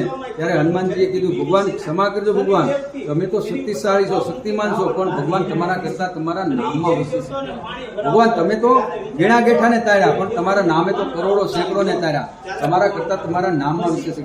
ભગવાન તમે જેને તરસોડો ને, તમે જેનો ત્યાગ કરો ને, એ આ ત્રિલોકમાં ક્યાંય ન ટકી શકે, પણ તમારા નામનો જેને આધાર છે ને, એ આ ભવને કરી જાય છે. તો ભગવાન કરતા ભગવાનના નામમાં વિશેષ શક્તિ છે. અને આ નામ લેવામાં દેશકાળ આદિનો કોઈ નિયમ નથી. ગમે ત્યાં હાલતા ચાલતા, ખાતા પીતા, ઉઠતા બેઠતા, ગમે ત્યાં આપણે ભગવાનનું નામ લઈ શકીએ. પણ આપણે એટલા દુર્ભાગ્ય છીએ ને કે ભગવાનના પવિત્ર નામમાં રુચિ ઉત્પન્ન નથી થતી. બહુ સરળ ભગવાને આ કળિયુગમાં રસ્તો બતાવ્યો ભગવાનનું નામ સ્મરણનો, પણ આપણે ભગવાનના નામમાં કોઈ રુચિ ઉત્પન્ન થતી. બહુ ટૂંકો સમય મળ્યો છે. વીજળીના ચમકારા જેવું આ જીવન મળ્યું છે આપણને. જીવન વીજળીના ચમકારા જેવું મળ્યું છે ને, એ આ જીવનને આપણે પાણીની જેમ વેઠવી નાખીએ છીએ. પણ છેલ્લે અંત સમય આવશે ત્યારે આપણને બુદ્ધિ આવશે. છેલ્લે બુદ્ધિ આવશે ત્યારે આપણા પાસે સમય નહીં હોય. ત્યારે આપણે સમય નીકળી ગયો છે તો આ સમયનો સદુપયોગ કરી લેવો જોઈએ. કારણ કે લાખો શરીરો આવા ત્યજી દીધા, એમાંનું એક મનુષ્ય શરીર ભગવાને આપણને પ્રદાન કર્યું. ભગવાને મનુષ્ય દેહ આપ્યો આપણને કે આને ભગવાનનું ભજન કરવા, પણ આપણે ભગવાનનું ભજન ભૂલીએ છીએ.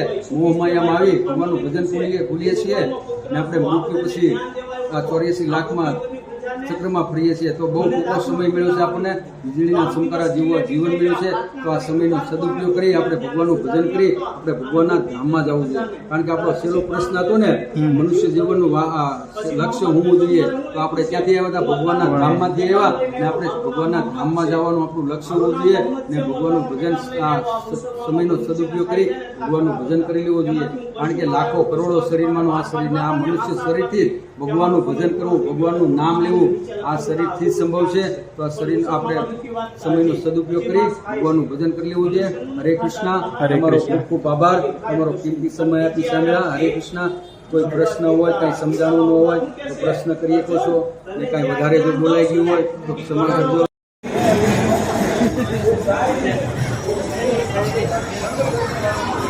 तो जैसा आपने देखा कि बहुत ही बढ़िया स्पिरिचुअल जो ज्ञान था वो हम लोग ने सुना, और ज्ञान थोड़ा गुजराती में था. तो अगर आप को मैं एक लिंक दे देता हूँ, तो अगर आप प्रवचन को हिंदी में भी सुनना चाहो तो वो लिंक जो है वो मैं अपने नीचे डिस्क्रिप्शन में मेंशन कर दूंगा.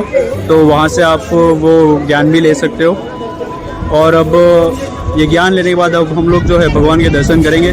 तो चलिए बढ़ते हैं आगे की तरफ और चलते हैं मंदिर के अंदर.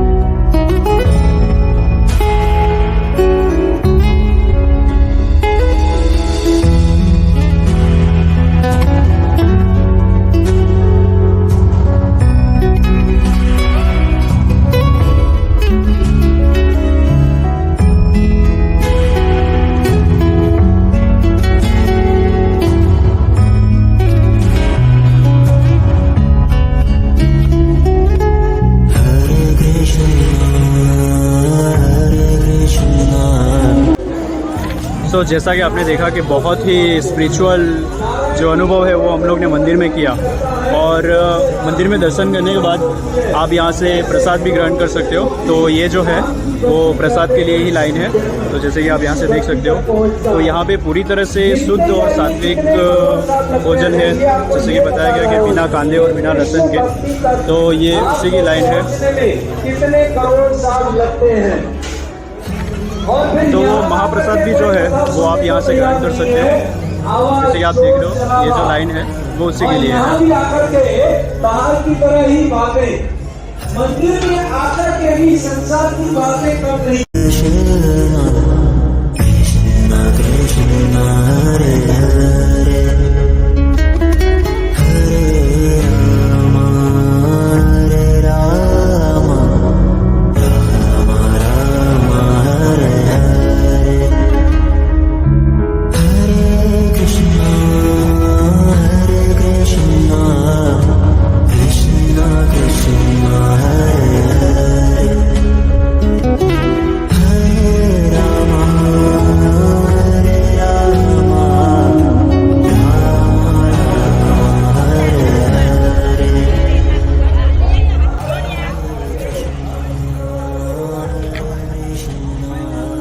बहुत ही स्पिरिचुअल जगह है ये और मन को शांति देने वाली जगह।